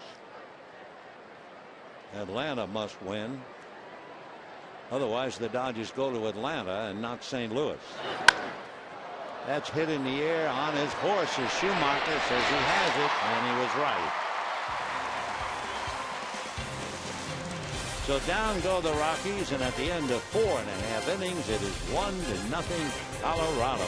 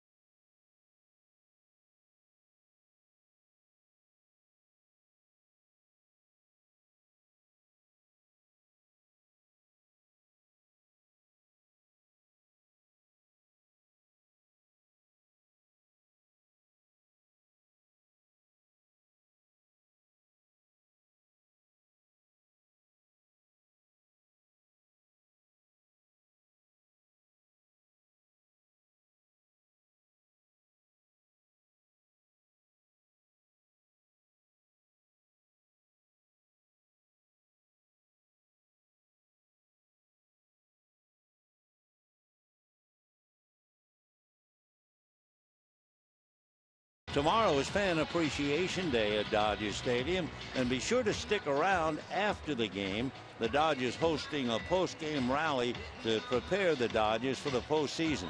There'll be prize giveaways, player interviews, special guests, so be sure to hang around with us after the game tomorrow. Guaranteed some fun. Boy, I tell you what, we don't know what happened exactly. Chris Johnson robbed of a hit that would have tied up the game for Atlanta in the 9th inning. Jimmy Rollins took the hit away, and then whatever happened, Johnson was furious. He went head first into first base, but he was thrown out. Went into the dugout, not sure exactly what took place, but he was storming, and all of a sudden Terry Pendleton, the hitting coach, grabbed him. Johnson pushed Pendleton away and went storming out of the dugout. It was quite a scene.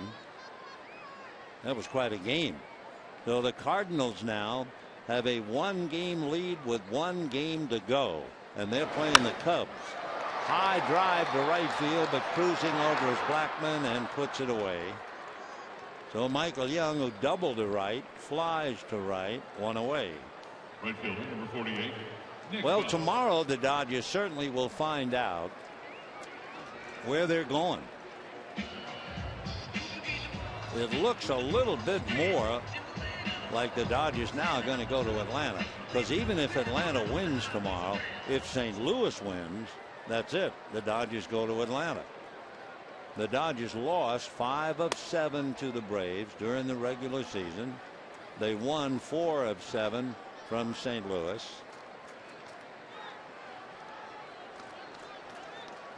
Nick Buss grounded out to first.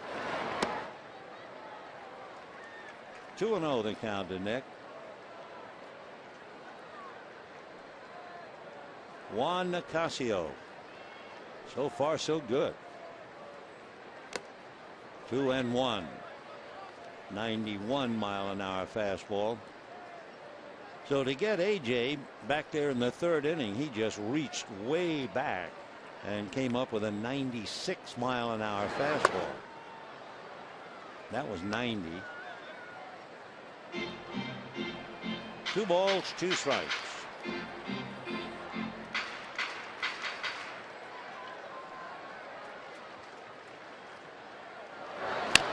And slap foul. You realize some other things about the traveling secretary of the Dodgers, Scott Akasaki. He has to figure out buses, hotel rooms, and everything's up in the air. St. Louis or Atlanta. And down goes young Nick. 2 out. Fastballs put him away. That last one, in fact, it was 91, then 90, and then 94. 5 strikeouts for Nicasio. Zach Greinke, the batter.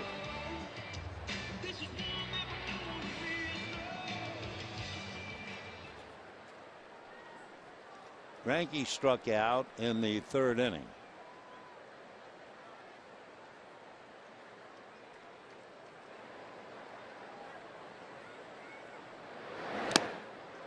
Oh, and 1.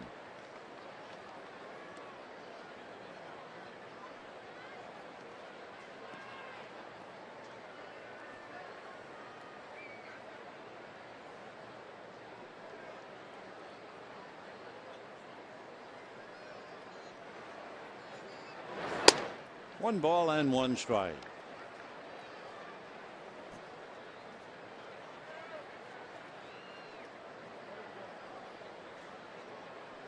Nicasio trying to balance his books. He's 8-9. In the dirt.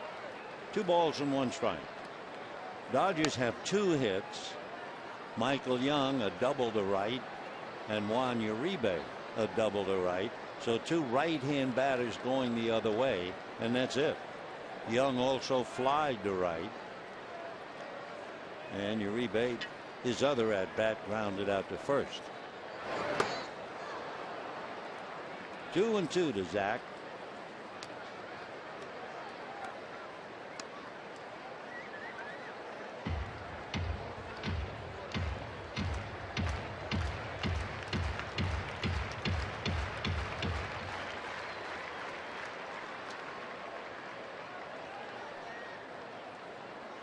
AJ, who saw that 96-mile-an-hour fastball, sees Greinke take one in the dirt. 3-2. Oh yes, Dodgers had that big explosion last night, 11 runs, but they have not really had a good offensive weapon at all for quite a while. And of course, most recently in San Francisco, they won 2-1, and they lost 6-4 and 3-2. Foul back, and 94.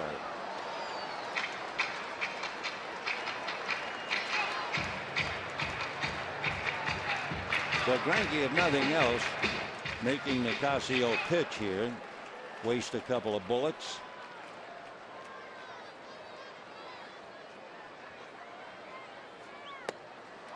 And that does it. Nicasio now qualifies for a win. He went the required 5. At the end of 5, 1-0 Colorado.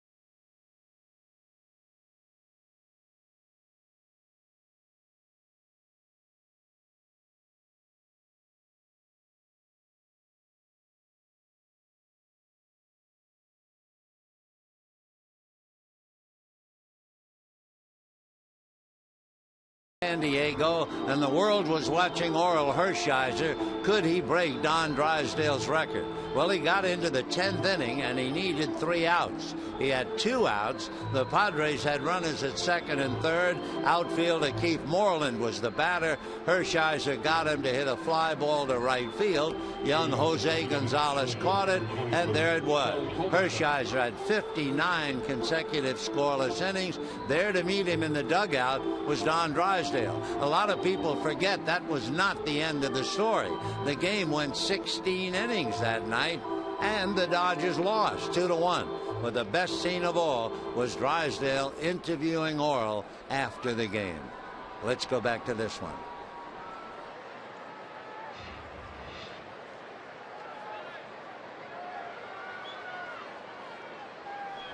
Did that sound odd to you 25 years ago tonight?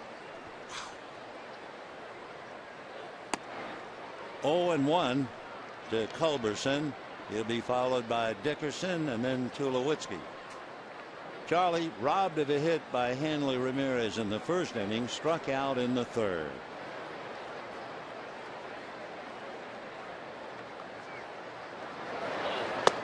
That's in there. 0-2. Nicasio, through 5 innings, has made 88 pitches. Greinke, through 5, made 80.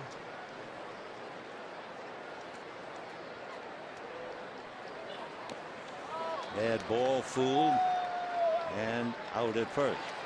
So Culberson strikes out a second time. 7 strikeouts for Greinke. Remember, Clayton Kershaw had 8 last night in 6 innings. Now, last night, when Clayton was pitching in the 6th inning, Carlos Marmol began to throw in the bullpen. No one is throwing in the pen right now. Of course, at the time, last night in the 6th inning, Kershaw was breezing 8-0. Tonight, Greinke is trailing 1-0. 1 ball and no strikes to Corey Dickerson. Fouled out, lined out to left. Corey is 0 for 2.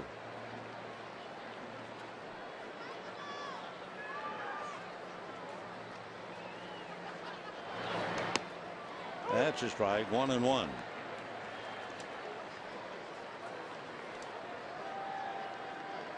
I just wonder if Walt Weiss, the manager of the Rockies, still does what he used to do. Tell you in a moment. what Walt used to do. Maybe we can find out. Report tomorrow. Ball 2. For a long time, Walt Weiss always brought a set of drums with him to spring training and would have them when his team played a home series. As he said, I like to play the drums every day. It's an outlet. Doubtful he would bring them on the road, but the ball club began the night 16 games under 500. A man could use a drum once in a while. 2 balls, 2 strikes. 1 out, 6th inning, 1-0 Rockies.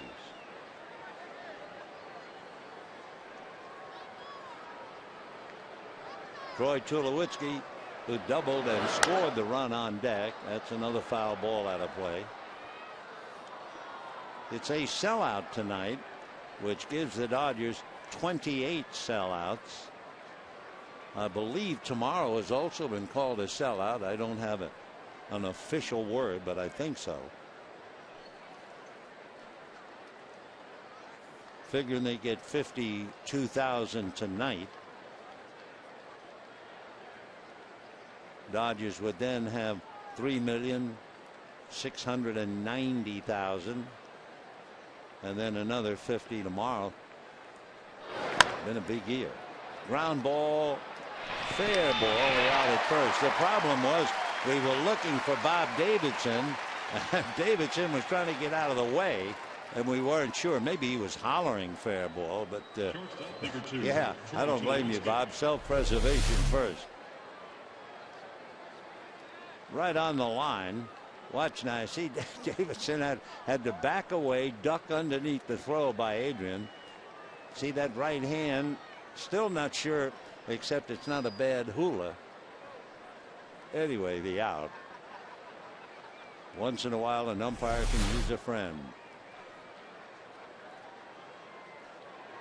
2 down in the 6th, and the batter is Troy Tulowitzki. Remember, he started him with a slow curveball. Let's see what he starts him with this time. And first pitch whacked to center. Schumacher's at the other end of it, and that's the inning. So we're going to the bottom of the 6th inning. The Rockies lead the Dodgers 1-0.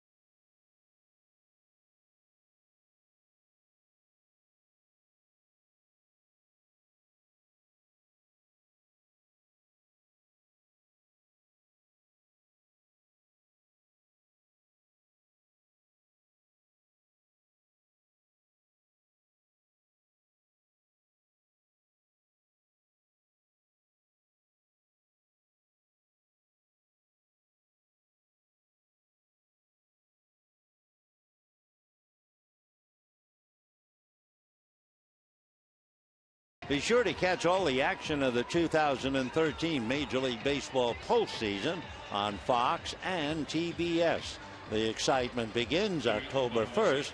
The National League Wild Card game. That'll be on TBS. That's Pittsburgh and Cincinnati. It looks more and more like that game will be played Tuesday. But what's up for grabs? Home field advantage and it's certainly leaning to Pittsburgh. Sixth inning. Ronald Belisario is up in the Dodger bullpen.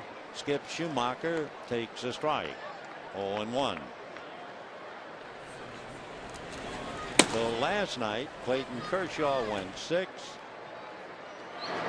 Dodgers trying to get Greinke a run at least in the 6th.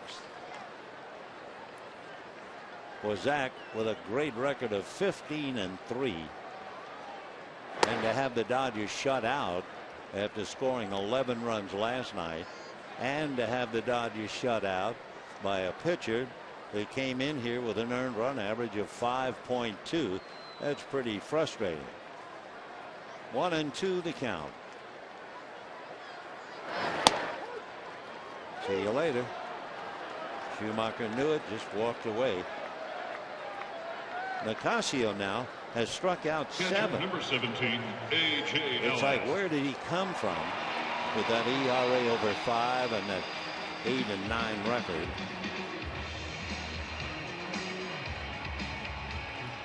A.J. Ellis has struck out twice. He was just completely overpowered in the 3rd inning by the hardest pitch that Nicasio's made all night, a 96-mile-an-hour fastball.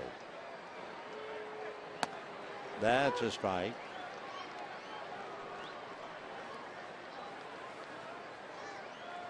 Couple of fellas get up now in the Colorado bullpen. Adam Ottavino, a right-hander. Josh Outman, a left-hander. So you have one pitcher named Homer Bailey. And you have one pitcher with the great name Outman. 1 ball and 1 strike.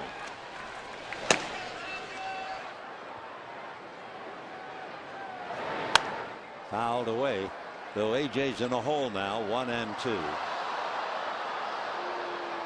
It's such a wonderful thing about baseball, the fact you just can't figure it out. I mean, the Rockies are in last place. They're 20 games behind the Dodgers. Walt has them winning 1-0. Rockies are almost even in the West. Ground ball hard and booted by Herrera. Ball was hit hard enough to go all the way out into shallow center field. So hard hit, but it should be an error. And that's what it is. Shortstop number 13, Hanley Ramirez. So Hanley Ramirez coming up. Dodgers get a big break. Ball just got right on by Jonathan Herrera. Now we'll see what the Dodgers do with the break with Ramirez and Gonzalez.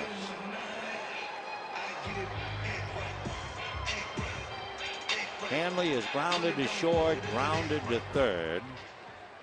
When he grounded to third, I mean, he really went down the line. So he's in good shape to be able to do that. Arenado threw him out, but he was running hard.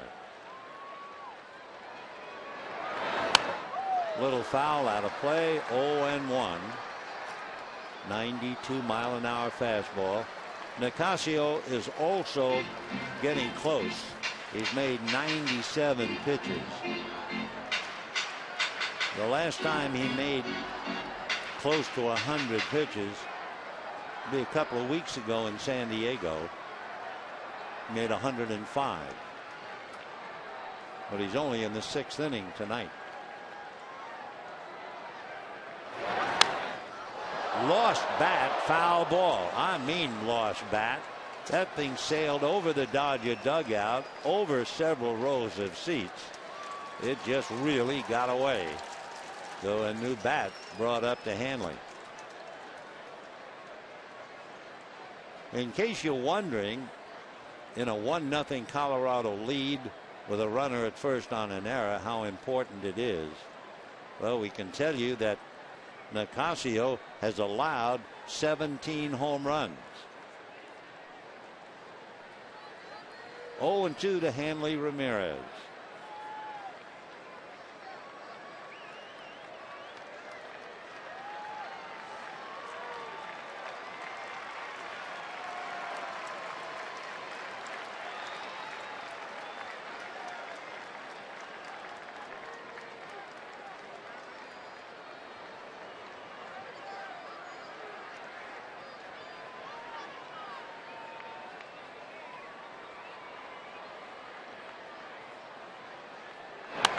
And another foul ball.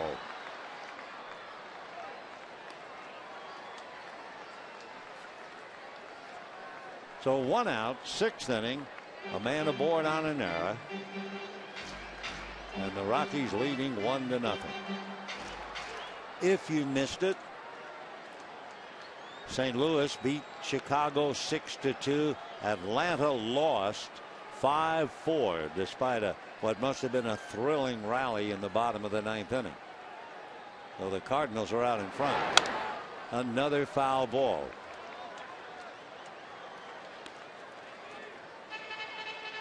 So that means tomorrow, if Atlanta and St. Louis both win, the Dodgers will go to Atlanta. If Atlanta and the Cardinals both lose, the Dodgers would go to Atlanta. If Atlanta wins and the Cardinals lose, the Dodgers would go to St. Louis. 0-2.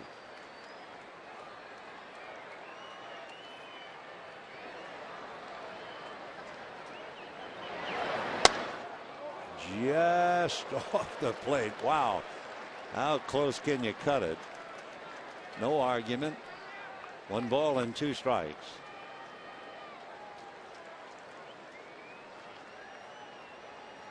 Hanley hitting .343, 20 home runs, 57 runs batted in.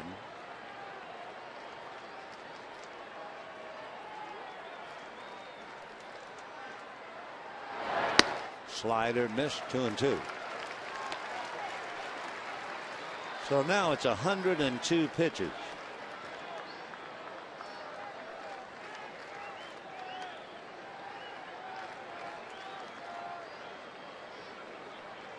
He'd be sailing along except for that error by Herrera. 2-2.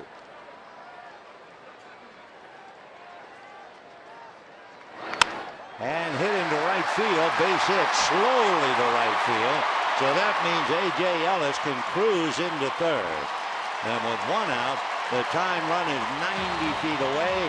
Adrian Gonzalez coming up, and another clutch base hit by Hanley Ramirez. So Herrera must feel terrible right now.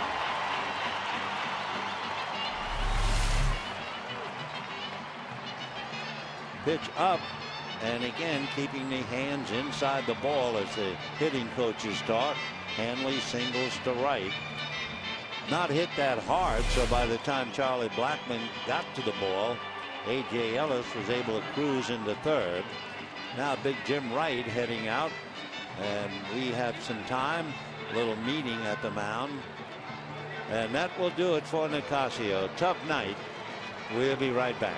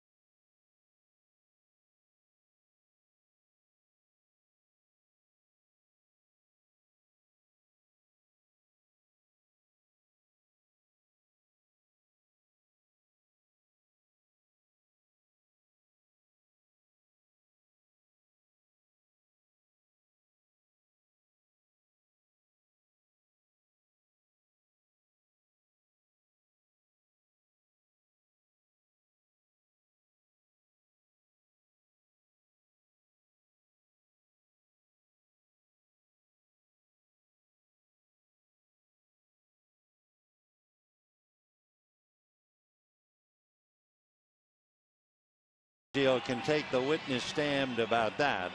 The error by Jonathan Herrera put him in a hole, and then a base hit to the opposite field chased him out of the game.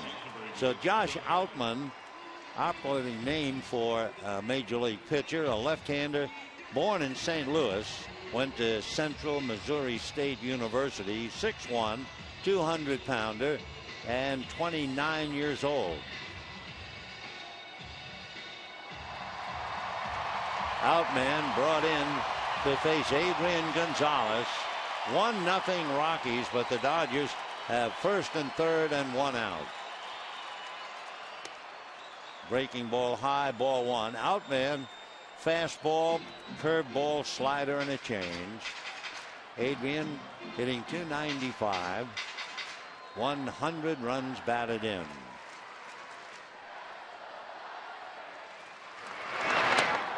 Breaking ball, but it's high again, ball two. Outman came to the Rockies in a deal. He had been in the Oakland A's organization. Outfielder Seth Smith was sent to Oakland. 2-0. Fastball, and he's behind 3-0.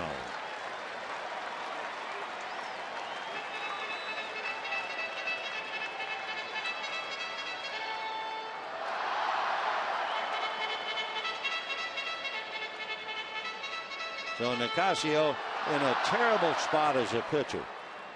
He's pitched well. The error put him in a hole. He could have nothing to do with the game, or he could lose it unless the Rockies get out of the inning. And there's ball four to load him up. So now let's see, under the heading of the best laid plans of mice and men, put Walt Weiss, who brought in the left-hander to face Adrian Gonzalez. Now will he turn around and bring a right-hander in and replace Outman, who did not live up to his name? The answer is yes.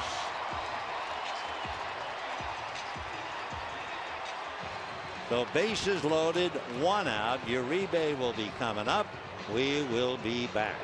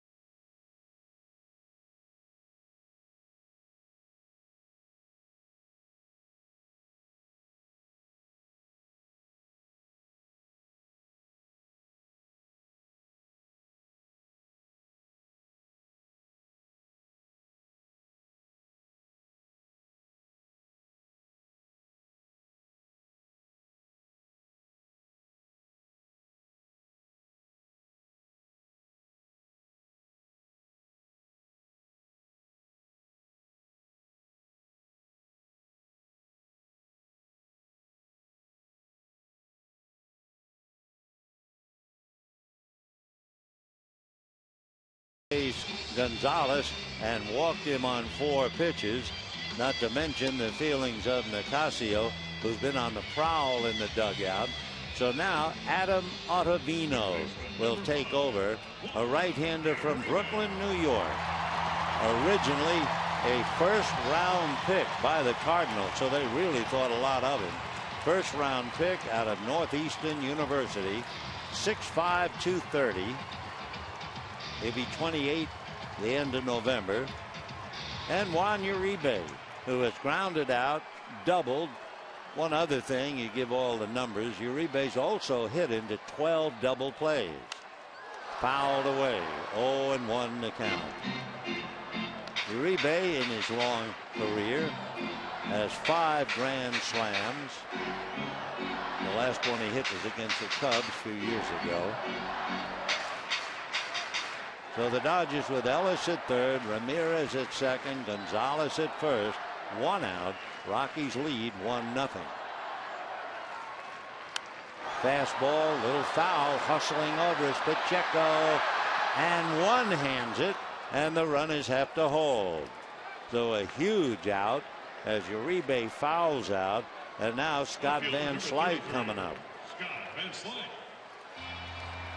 Nice play by Jordan Pacheco, especially on the road. It's one thing at home. You know when you're at home, you know where all the furniture is. But when you're on the road, and here comes Pacheco. Eyes riveted on the ball and one-hands it. Big play. So 2 out and the base is loaded. And Scott Van Slyke, the batter. And a little cutter in there for a strike. 0-1. Van Slyke has walked and struck out, hitting .240. Well, you can imagine Nicasio, but how about Jonathan Herrera, the second baseman?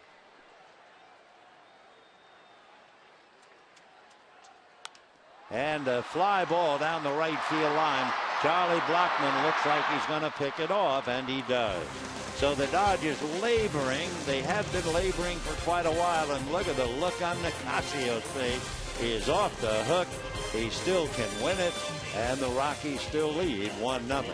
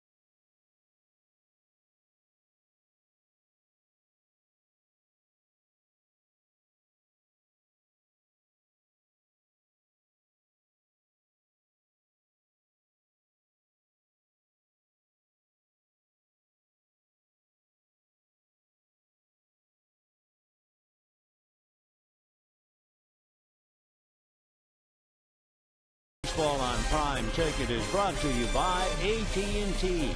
Rethink possible. By Toyota's nationwide clearance event. You can save big on every Toyota car, truck, and SUV. By CarMax. Start the search for your next car at CarMax. And by Captain Morgan. Raise your glass, always in moderation. Boy, talk about mixed emotions in one inning.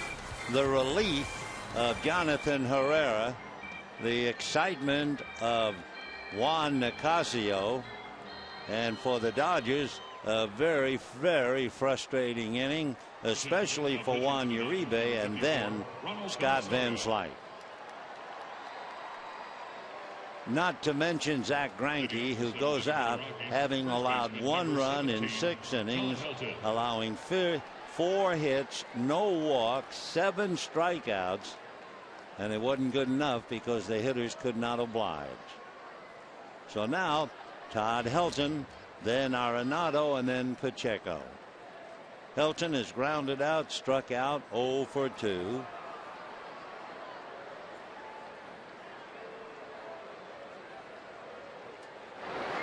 And did he hit him? Almost. 1 ball and no strikes. What kind of a pitcher really is Zach Greinke? How about this one? In his final 16 starts of the regular season, Greinke allowed a total of 19 runs. 19 runs in 16 starts.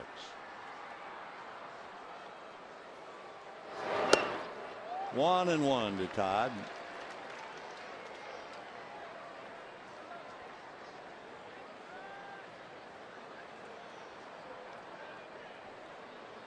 Arenado on deck, and then Pacheco. The Dodgers will have Young, Bass, and Greinke's spot, which is occupied right now by Belisario. 1-2 the count to Todd.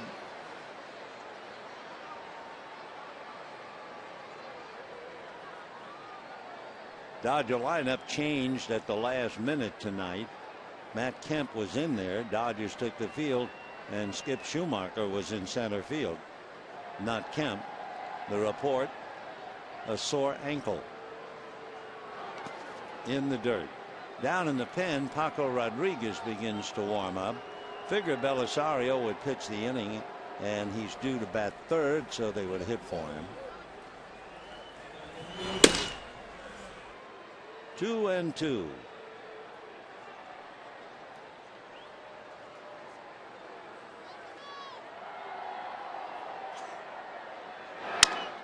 Wrapped on the ground of Uribe.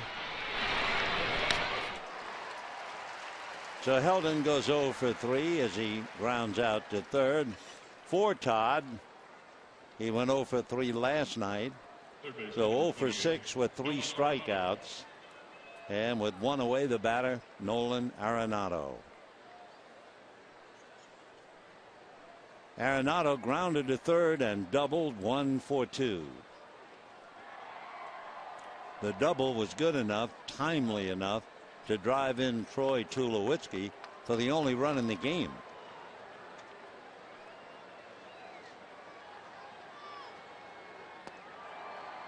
Little low, ball 1. 94-mile-an-hour fastball. Matt Belisle, a veteran reliever, gets up now. So we've seen a lot of Matt, and he'll be called in. He'll be the 4th pitcher used by Walt Weiss. Nicasio, Outman, Ottavino. Ground ball up the middle. Base hit for Arenado. He's 2 for 3. Nolan Arenado has the only RBI. Now he has 2 hits. Jordan Pacheco singled to center in the 3rd inning, got as far as 3rd, and then last time up struck out.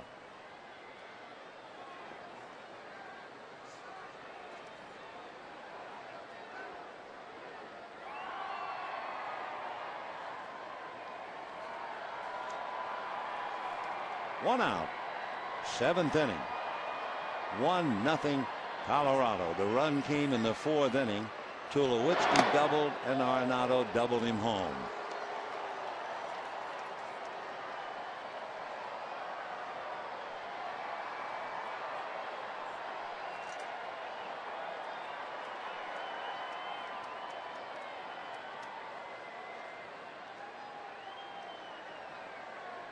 No balls, 1 strike.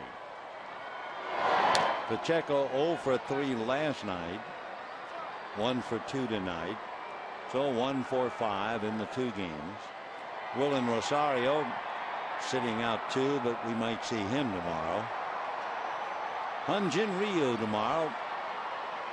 Jeff Francis for the Rockies on Fan Appreciation Day, the final game of the regular season.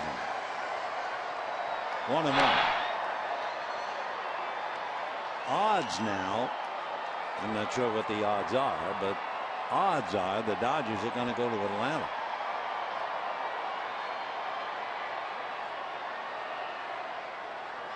One and one.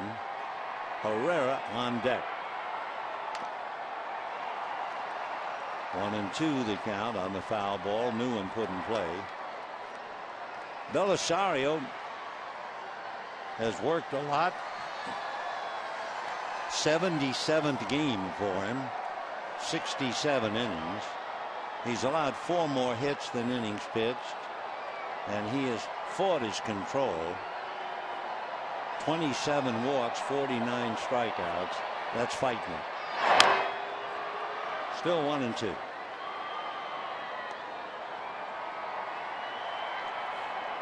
Belisario's earned run average is over 4, and for the year he's 5-7.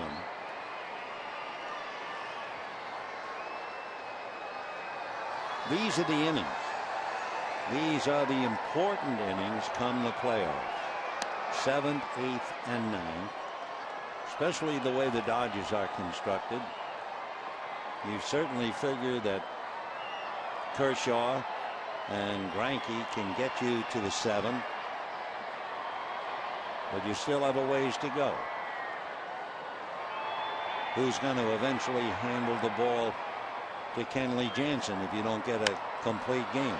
Line drive, backhanded by Hanley, no further play. But Hanley takes a hit away from Pacheco, 2 down.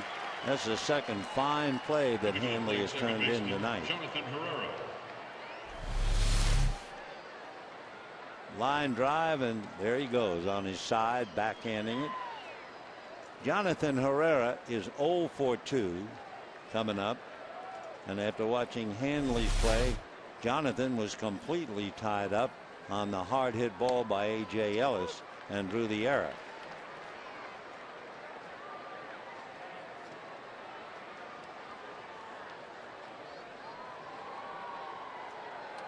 Herrera, switch hitter, batting left-handed. In the dirt, all the way to the backstop. Wild pitch charged to Belisario, and Arenado advances to second base. For Belisario, letting one get away. It's his 3rd wild pitch. The paid attendance tonight, we just received it. It's another whopper. The 28th sellout. 52,879. 52,879. Meanwhile, they've decided with a runner at second base and 2 out, they will walk Herrera. And now let's see about a hitter for Ottavino. It'll be Josh Rutledge, the shortstop, who finished up last night.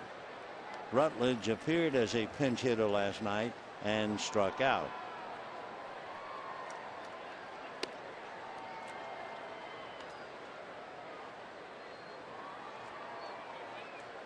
So Rutledge coming up, 2 out, 2 on, 7th inning, 1-0. Favor of Colorado. Left-handed notes, side by side.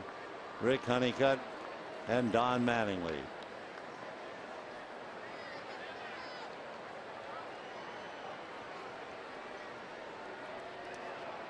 So Rutledge hitting .236. Big spot for him now. Fastball for a strike.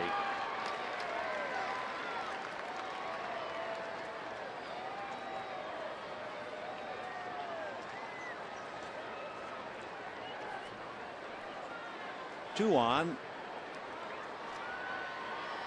Rutledge from Coleman, Alabama. Ground foul. Sounded a little funny with the bat, but apparently it's okay. 0-2 to count. Rutledge, a 3rd round pick by the Rockies out of the University of Alabama.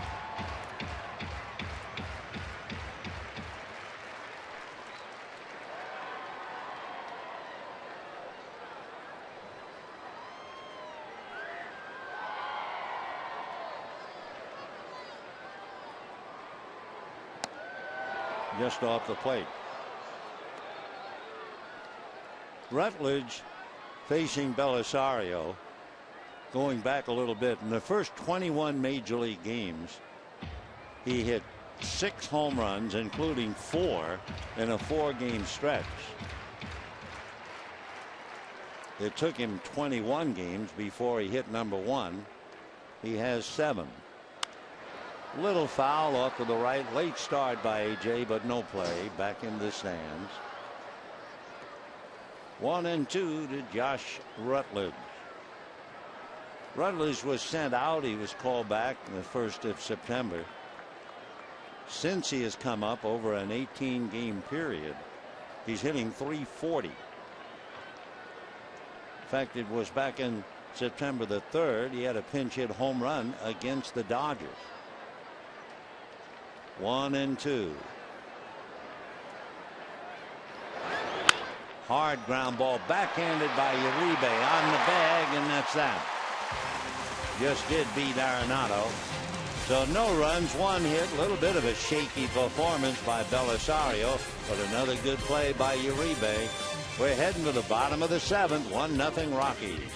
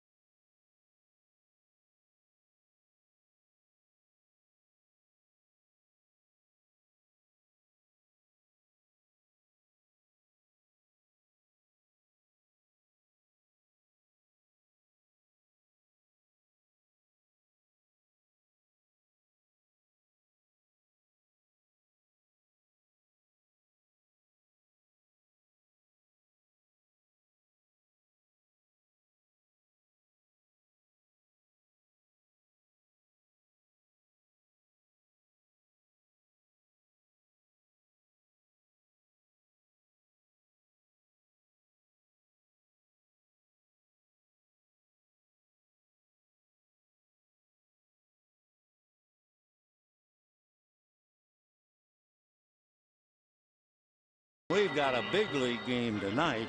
Rockies lead 1-0. Also time, remember our Twitter poll question?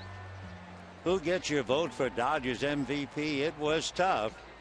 Kershaw by 3 over Gonzalez, by 8 over Hanley Ramirez. Take your pick. They're all winners, that's for sure. Meanwhile, this big crowd, 52,879, 28th sellout, will now look at Matt Belisle. Belisle, a veteran, big man out of Texas. Breaking ball strike to Michael Young. Matt Belisle, 6'4", 230, 33 years old, out of Austin. He was a 2nd round pick by the Braves. 0-2.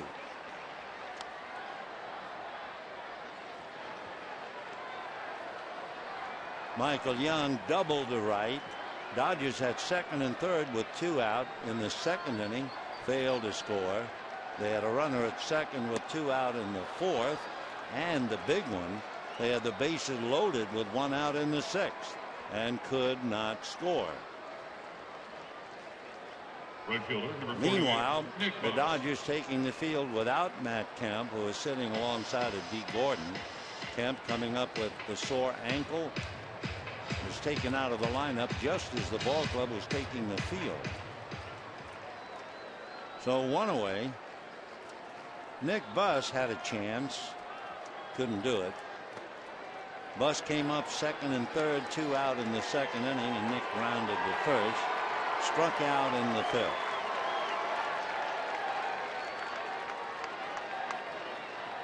Fastball fouled away. 1-1 to count. Nick batting .111. He's had 18 at bats since being called up from Albuquerque. 2-1 to count.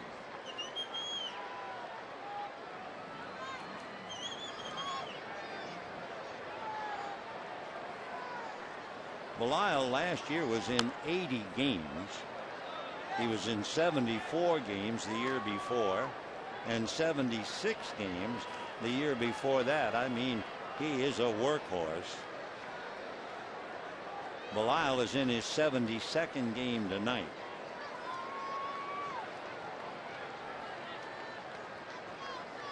Two and two. And ground ball to first. Boy, he does wear out the right side of the infield. I believe now he's had 18 at-bats, and he has grounded out to the right side 11 times. And here is Yasiel Puig. Nothing wrong with him after fouling that ball off his foot. They took x-rays as a precautionary measure. He was fine. Rested him tonight. And now here they are, sending him up with 19 home runs, 42 runs batted in.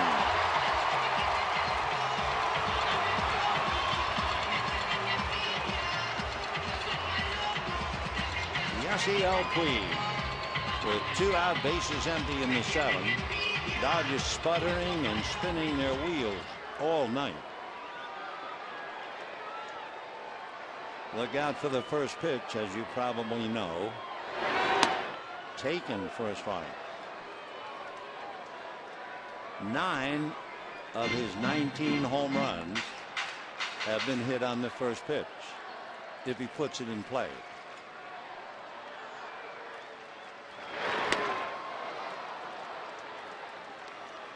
.88 miles an hour.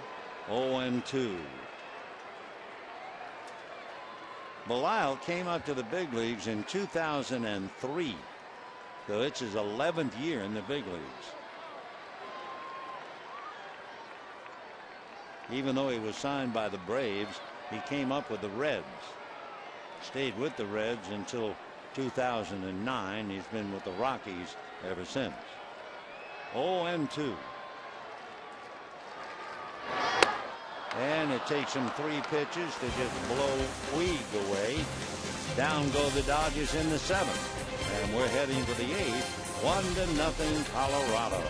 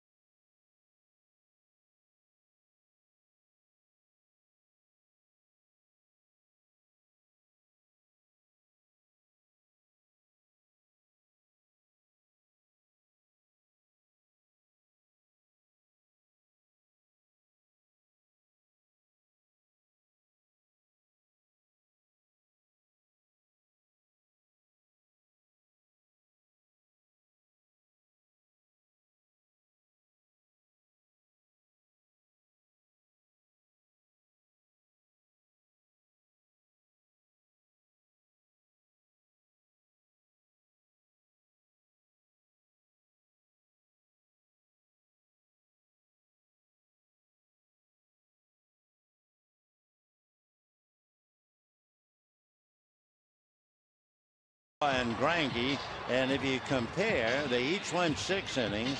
They each allowed 4 hits, 8 strikeouts for Kershaw, 7 strikeouts for Greinke, and no walks for either man. Greinke gave up the run, the only run, the double by Tulowitzki, and the 2-out fly ball double by Arenado. As far as Kershaw is concerned, he made 82 pitches in his 6 innings. And Zach Greinke made 90 pitches in his 6 innings. Boy, were they impressive. Talk about cufflinks. Remarkable. But the Dodgers have not been remarkable swinging the bat, and now they'll bring in Paco Rodriguez. Rodriguez We were talking about Belial being a workhorse. Rodriguez in his 76th game, but I use the word only. He's only pitched 53 innings. Paco Rodriguez, really an amazing career. He signed with the Dodgers out of the University of Florida last year. He was in 11 games last year. And here he is in his 76th game 1 year later in the big leagues.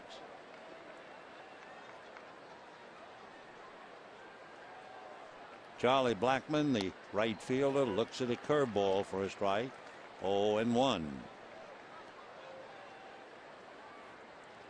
9 Dodgers have struck out tonight. Nicasio had 7. Then Young struck out. Ottavino and Belial got 1. Breaking ball fouled away off the end of the bat. 0-2.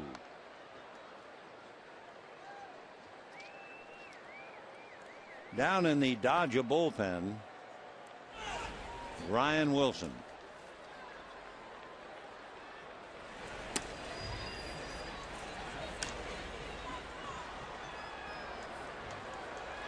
No balls and 2 strikes.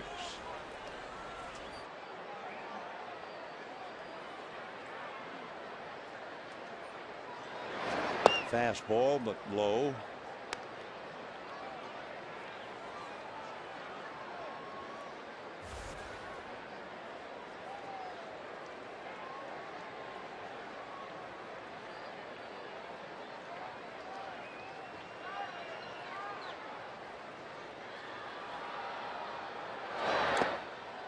In the dirt, another ball put in play. 1 run, 5 hits, and 1 error for the Rockies. No runs, 3 hits, no errors for the Dodgers. The Dodgers leaving men in scoring position, however. 2nd and 3rd in the 2nd, a runner at 2nd in the 4th, bases loaded in the 6th.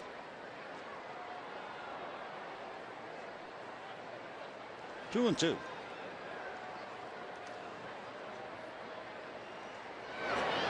And good sinker, and down he goes. So Charlie Blackmon fooled on the change, and the batter now will be Charlie Culberson.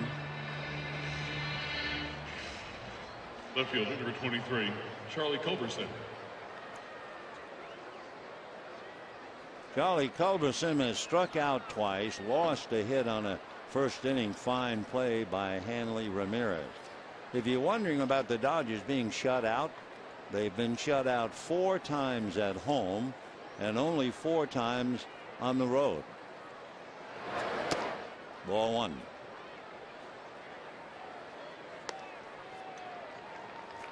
Troy Hillman, Don Mattingly studying their charts, trying to figure out how to buy a run at least.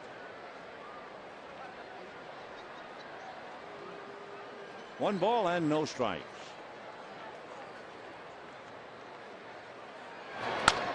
Chopper to third. Uribe winds up. High throw, but right there to handle it, Adrian Gonzalez, and we have 2 down.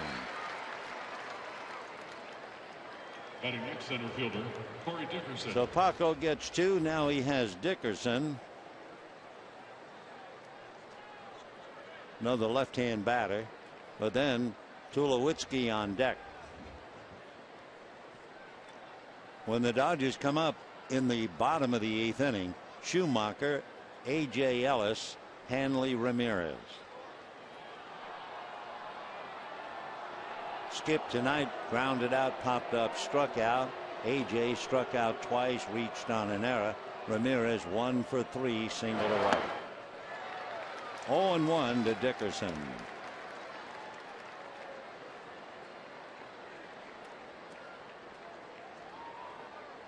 Rockies might be in last place. They might be 20 games behind the Dodgers, but if they can hold on, they will have split 18 with the Dodgers and have won 5 of 9 in the Dodgers' home park.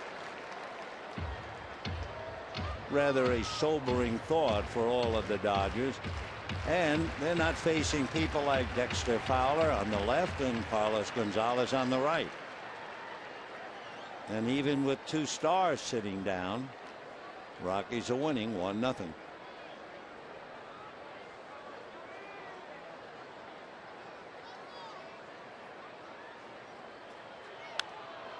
Still 0-2.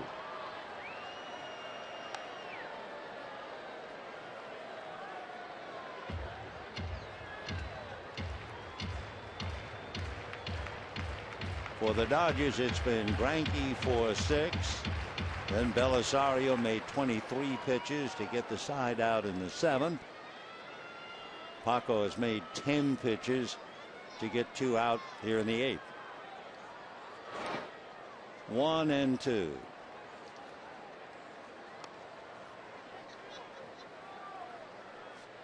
Paco's a big man, 6'3", 220. His name is Steven Rodriguez, but everybody calls him Paco.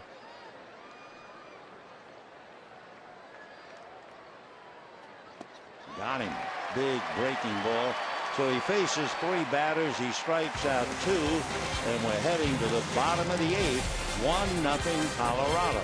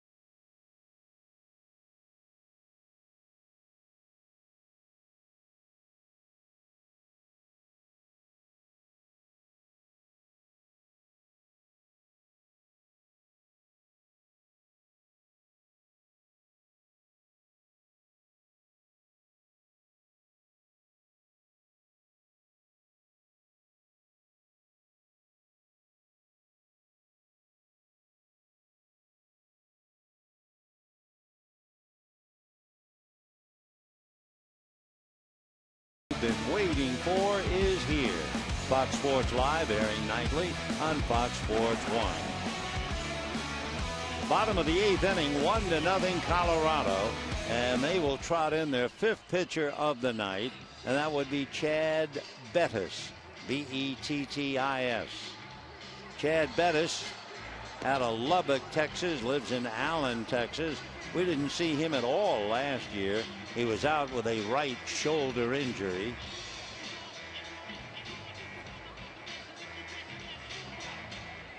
Originally drafted by the Houston Astros, but never hooked on. Chad is 6'1", 200-pounder. 24 years old. He'll be facing Schumacher, A.J. Ellis, Hanley Ramirez. Line drive, but that's going right into the glove of Culberson. Though Schumacher hits it hard, but lines to left, 1 away, and the batter A.J. Ellis. Catcher number 17, A.J. Ellis. A.J. Ellis struck out twice, then hit a ground ball that looked like it was going to be the biggest break for the Dodgers in the night. A ground ball with 1 out that got away from Jonathan Herrera. And then Ramirez singled, and then Gonzalez walked. And the Dodgers have the bases loaded and 1 out in the 6th, only to have Uribe foul out to the catcher and Van Slyke a fly ball to right. That's a strike to AJ.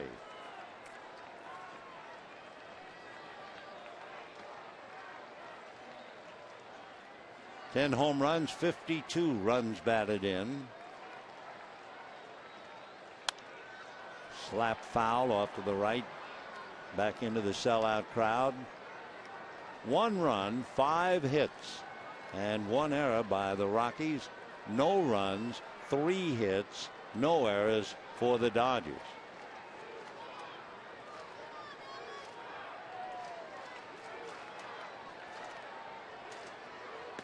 And a low fastball. Down he goes. Third time that A.J. Ellis has struck out on that 92-mile-an-hour fastball.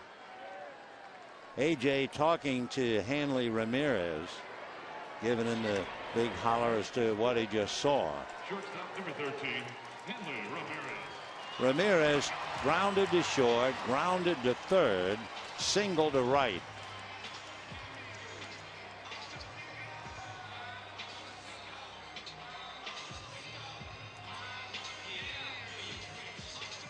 Ramirez hitting .345, 20 home runs, 57 runs batted in.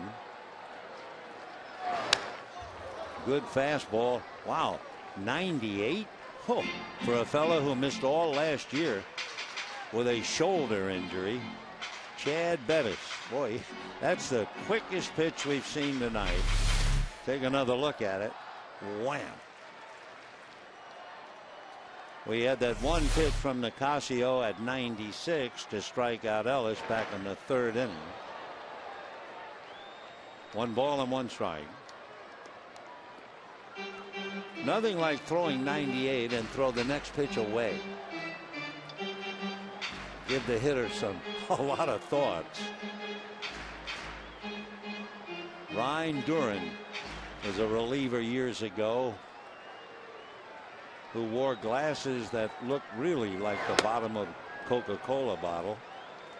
And Ryan would come in and he would take 6 or 7 warm-up tosses, and then the last toss he would throw up on the backstop screen.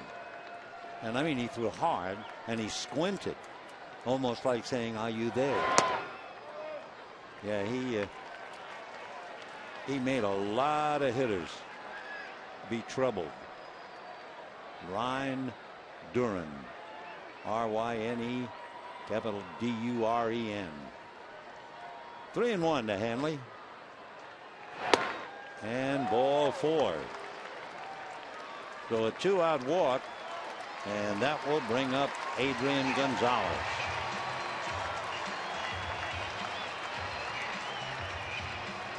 First baseman number 23, Adrian Gonzalez. Adrian Gonzalez flied to right, grounded to second, and walked. 0-4-2.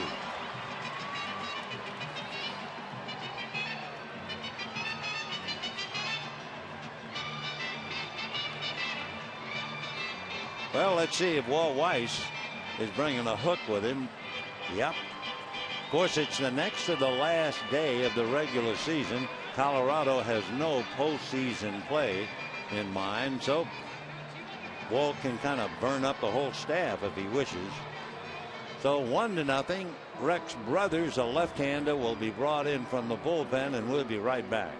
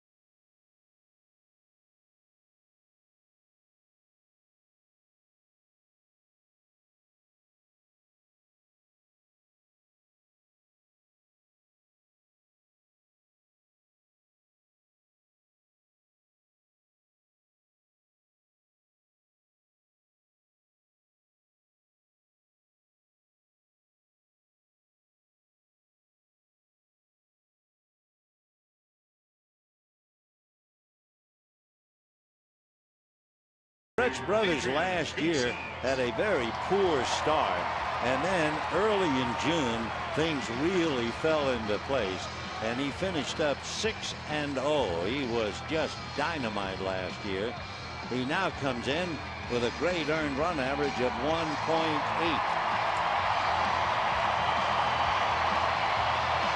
Over at first base, the Dodgers now have taken Hanley Ramirez out of the game. D. Gordon is at first, and of course the left-hander will be looking right at him.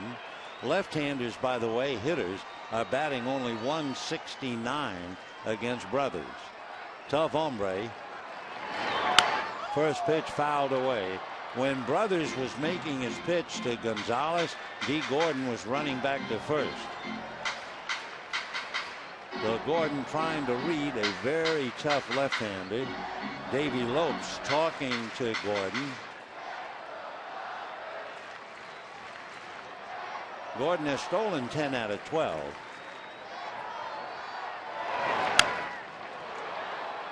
Oh, and 2 the count to Adrian Gonzalez.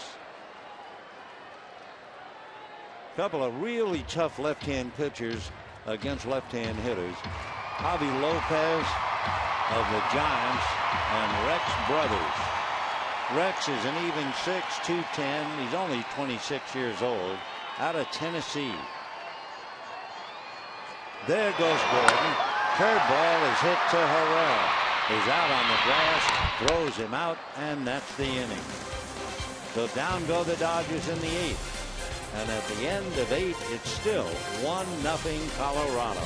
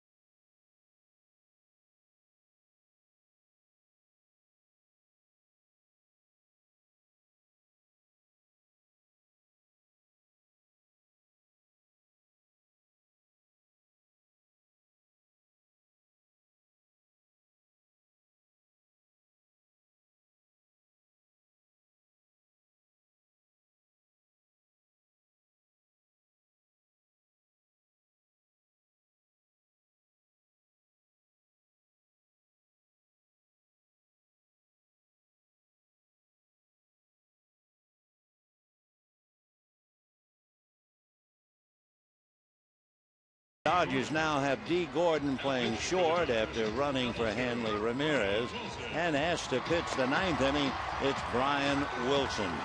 Meanwhile, the Dodgers have been stopped dead, especially by Juan Nicasio for 5 1/3, and then the Rockies bullpen has been terrific. Outman did walk the only batter, but Ottavino did well, Belisle, Bettis, and now Brothers, and here's Brian Wilson. When the Dodgers come up in the bottom of the 9th inning, they are due to send up Uribe, Van Slyke, and Young.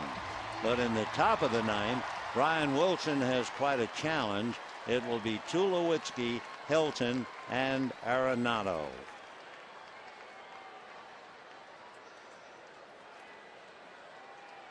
There have been a couple of shutouts. There was also another 1-0 game. That was in the middle of July, and the Dodgers behind Greinke beat Colorado 1-0. That's a strike. Tulo struck out, double, scored the only run in the game. Last time up, lined out to center. .313 with 25 home runs.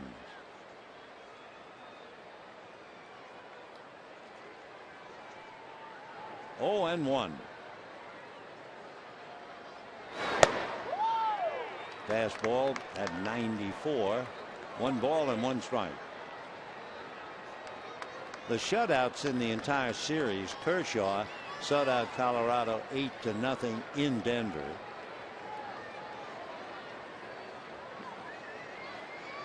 Rockies shut out the Dodgers 3-0 here.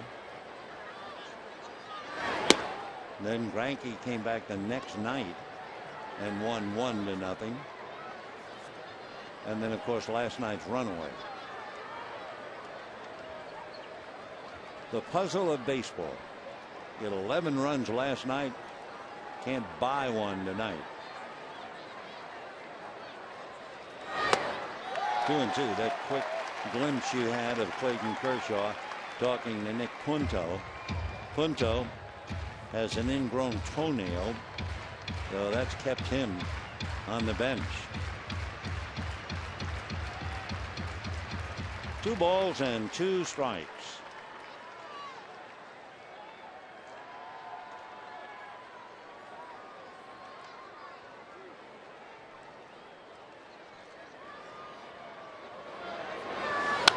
Foul back.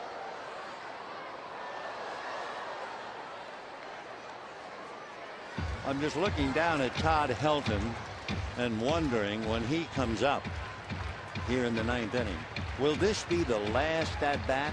Will this be the last we will ever see of Todd Helton as a player? Or would he prefer to appear in a day game following 2 night games and finish it up tomorrow? We won't know until, I'm sure, almost game time tomorrow.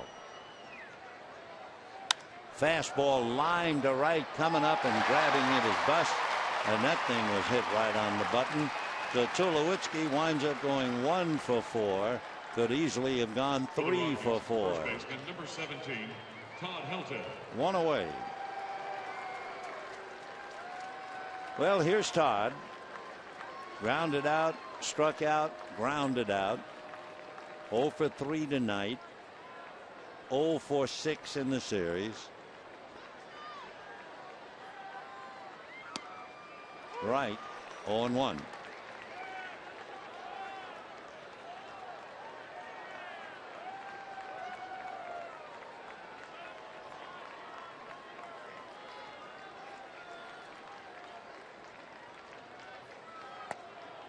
Off the corner, 1 ball and 1 strike.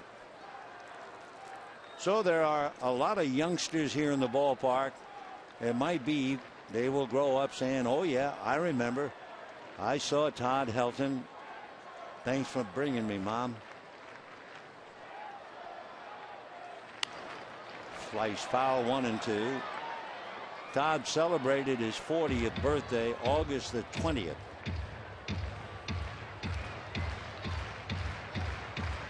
The quarterback out of the University of Tennessee, replaced by Peyton Manning, put all of his energies into baseball, and what a career for 17 years, and worth taking the picture. 2-2.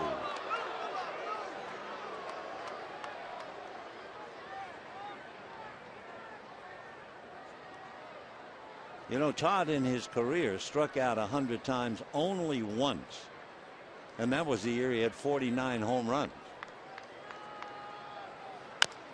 Little trickler. All right, Todd. We're not sure if that's the end, but thanks for the memories. 2 down. Third baseman, number 28, Nolan Arenado. Nolan Arenado will be coming up. Grounded out, doubles and single, 2 for 3. His double in the 4th inning. It was a ball hit in the air, slight left center. Scott Van Slyke on the dead run tried to make a diving catch, couldn't do it, did a somersault in the process. But Arenado's fly ball double got Tulowitzki in. Little did we know that's the only run in the game. Right. To repeat, when the Dodgers come up in the bottom of the 9th, Uribe, Van Slyke, and Young. Uribe 1 for 3, Van Slyke 0 for 2, Young 1 for 3. Fastball and ground ball. Backing up and making a good play was Michael Young. So Brian Wilson comes in, throws in the high 90s. That last pitch was 95, but it's still Rockies 1, Dodgers nothing.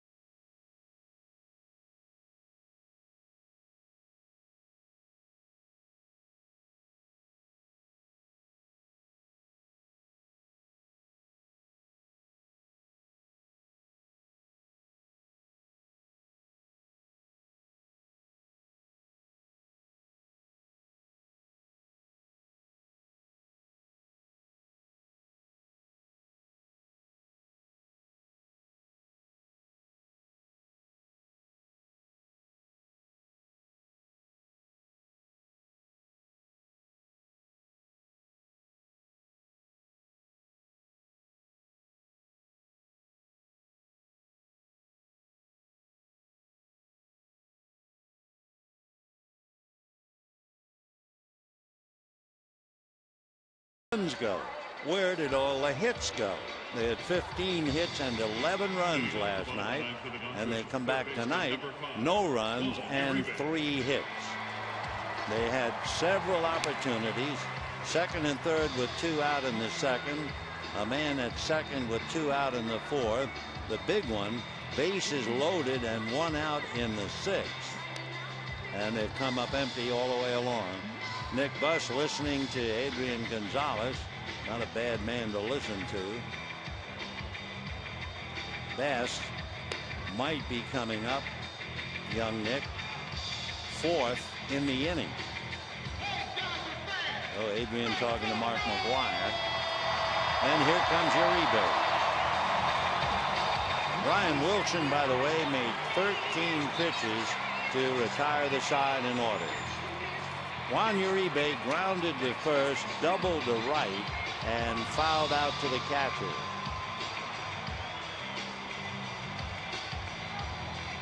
Uribe facing Breck Brothers. Rex trying to shut him down. Came in and faced 4 batters. Schumacher lined out, Ellis struck out, Ramirez walked, Gonzalez grounded out. So now it's the 9th. 0-1.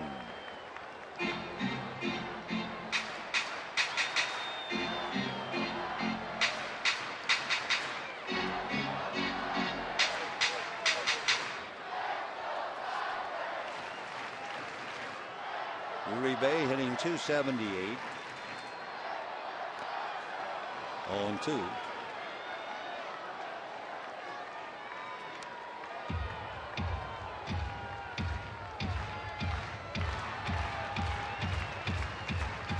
Nicasio, Outman, Ottavino, Belisle, Bettis, and Rex Brothers. In the dirt, check swing.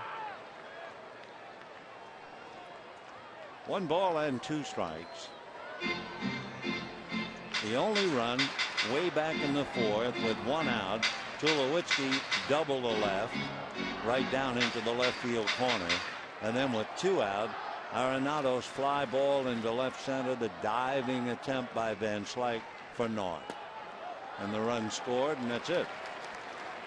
Meanwhile, 2-2 to Juan Uribe.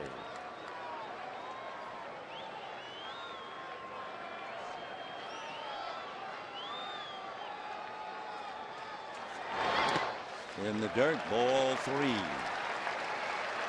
Rex Brothers and Rafael Betancourt have split the closing role. Brothers had 17 saves, Betancourt 16.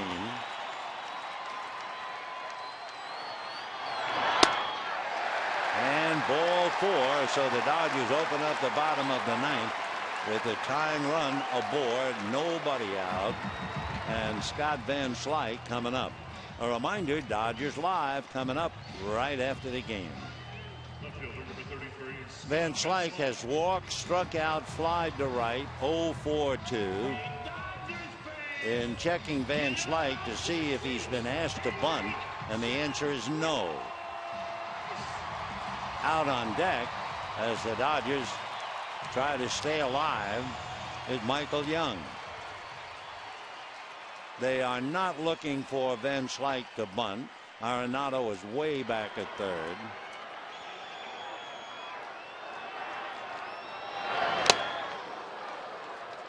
Oh, 0-1. Van Slyke has been somewhat of an extra base hitter. He has 8 doubles, 7 home runs. So 15 of his 30 hits have been extra bases. Fouled away, so he's in the hole now. 0-2. Brothers, and we always like to get an insight under a pitcher, only allowed 50 hits in 66 innings. Strikeout to walk better than 2-1. 0-2. Check swing. Yep, he's done. So Van Slyke strikes out. 1 down in the ninth. And Michael Young doubled to right, flied to right, struck out. Mark Ellis now coming out of the Dodger dugout. He would bat for Nick Buss. So all the advice that Adrian Gonzalez gave Buss, he will have to take to heart, because he's not going to go up there against Rex Brothers.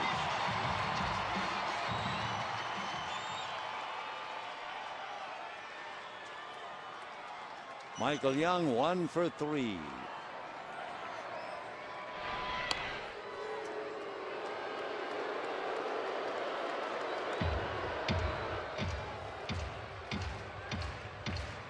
Dodgers used the speedster D. Gordon to run for Ramirez in the 8th inning.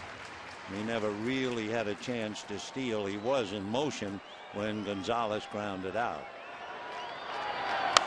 Fastball fouled away.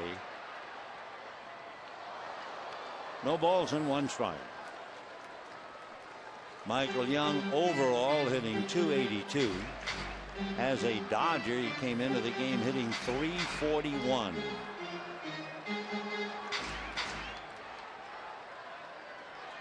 Young played second tonight. He's also played third and first.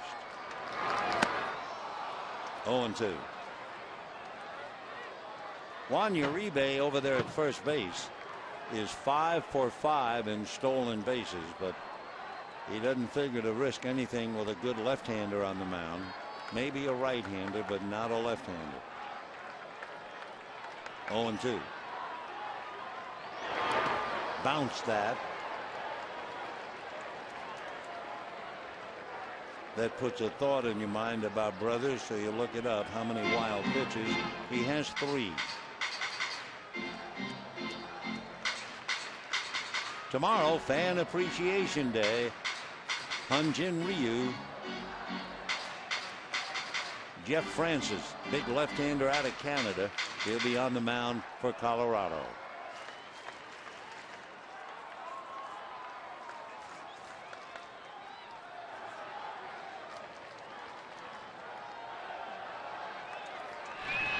And they're keeping an eye on Uribe just in case.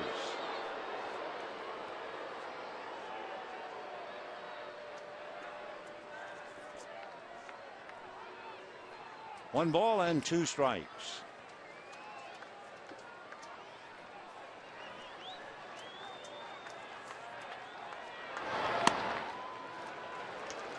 Two and 2. 52,879 came over tonight, the 28th sellout.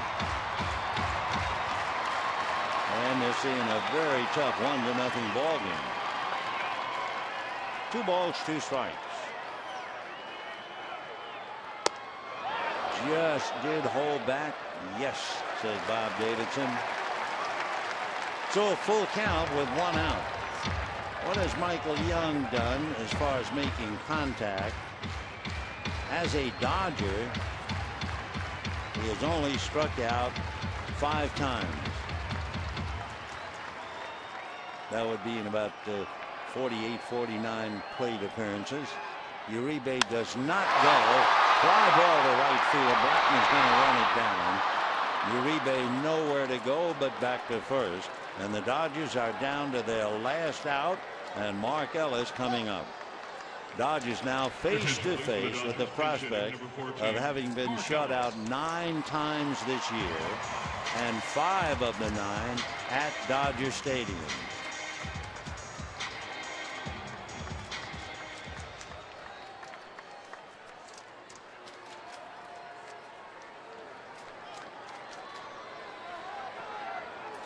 So Mark Ellis waiting.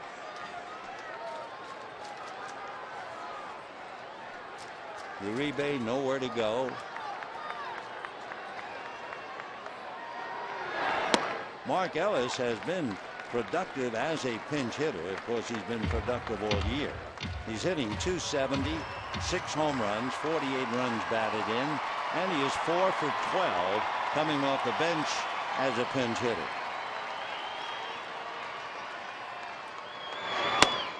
Fastball, strike. 1 ball, 1 strike.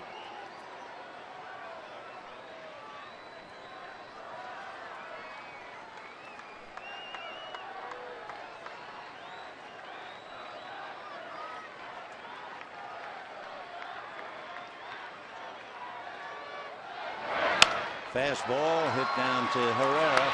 He makes the play, and that's it. So the last place team comes in and shuts down the first place team after the first place team almost decimated the last place team.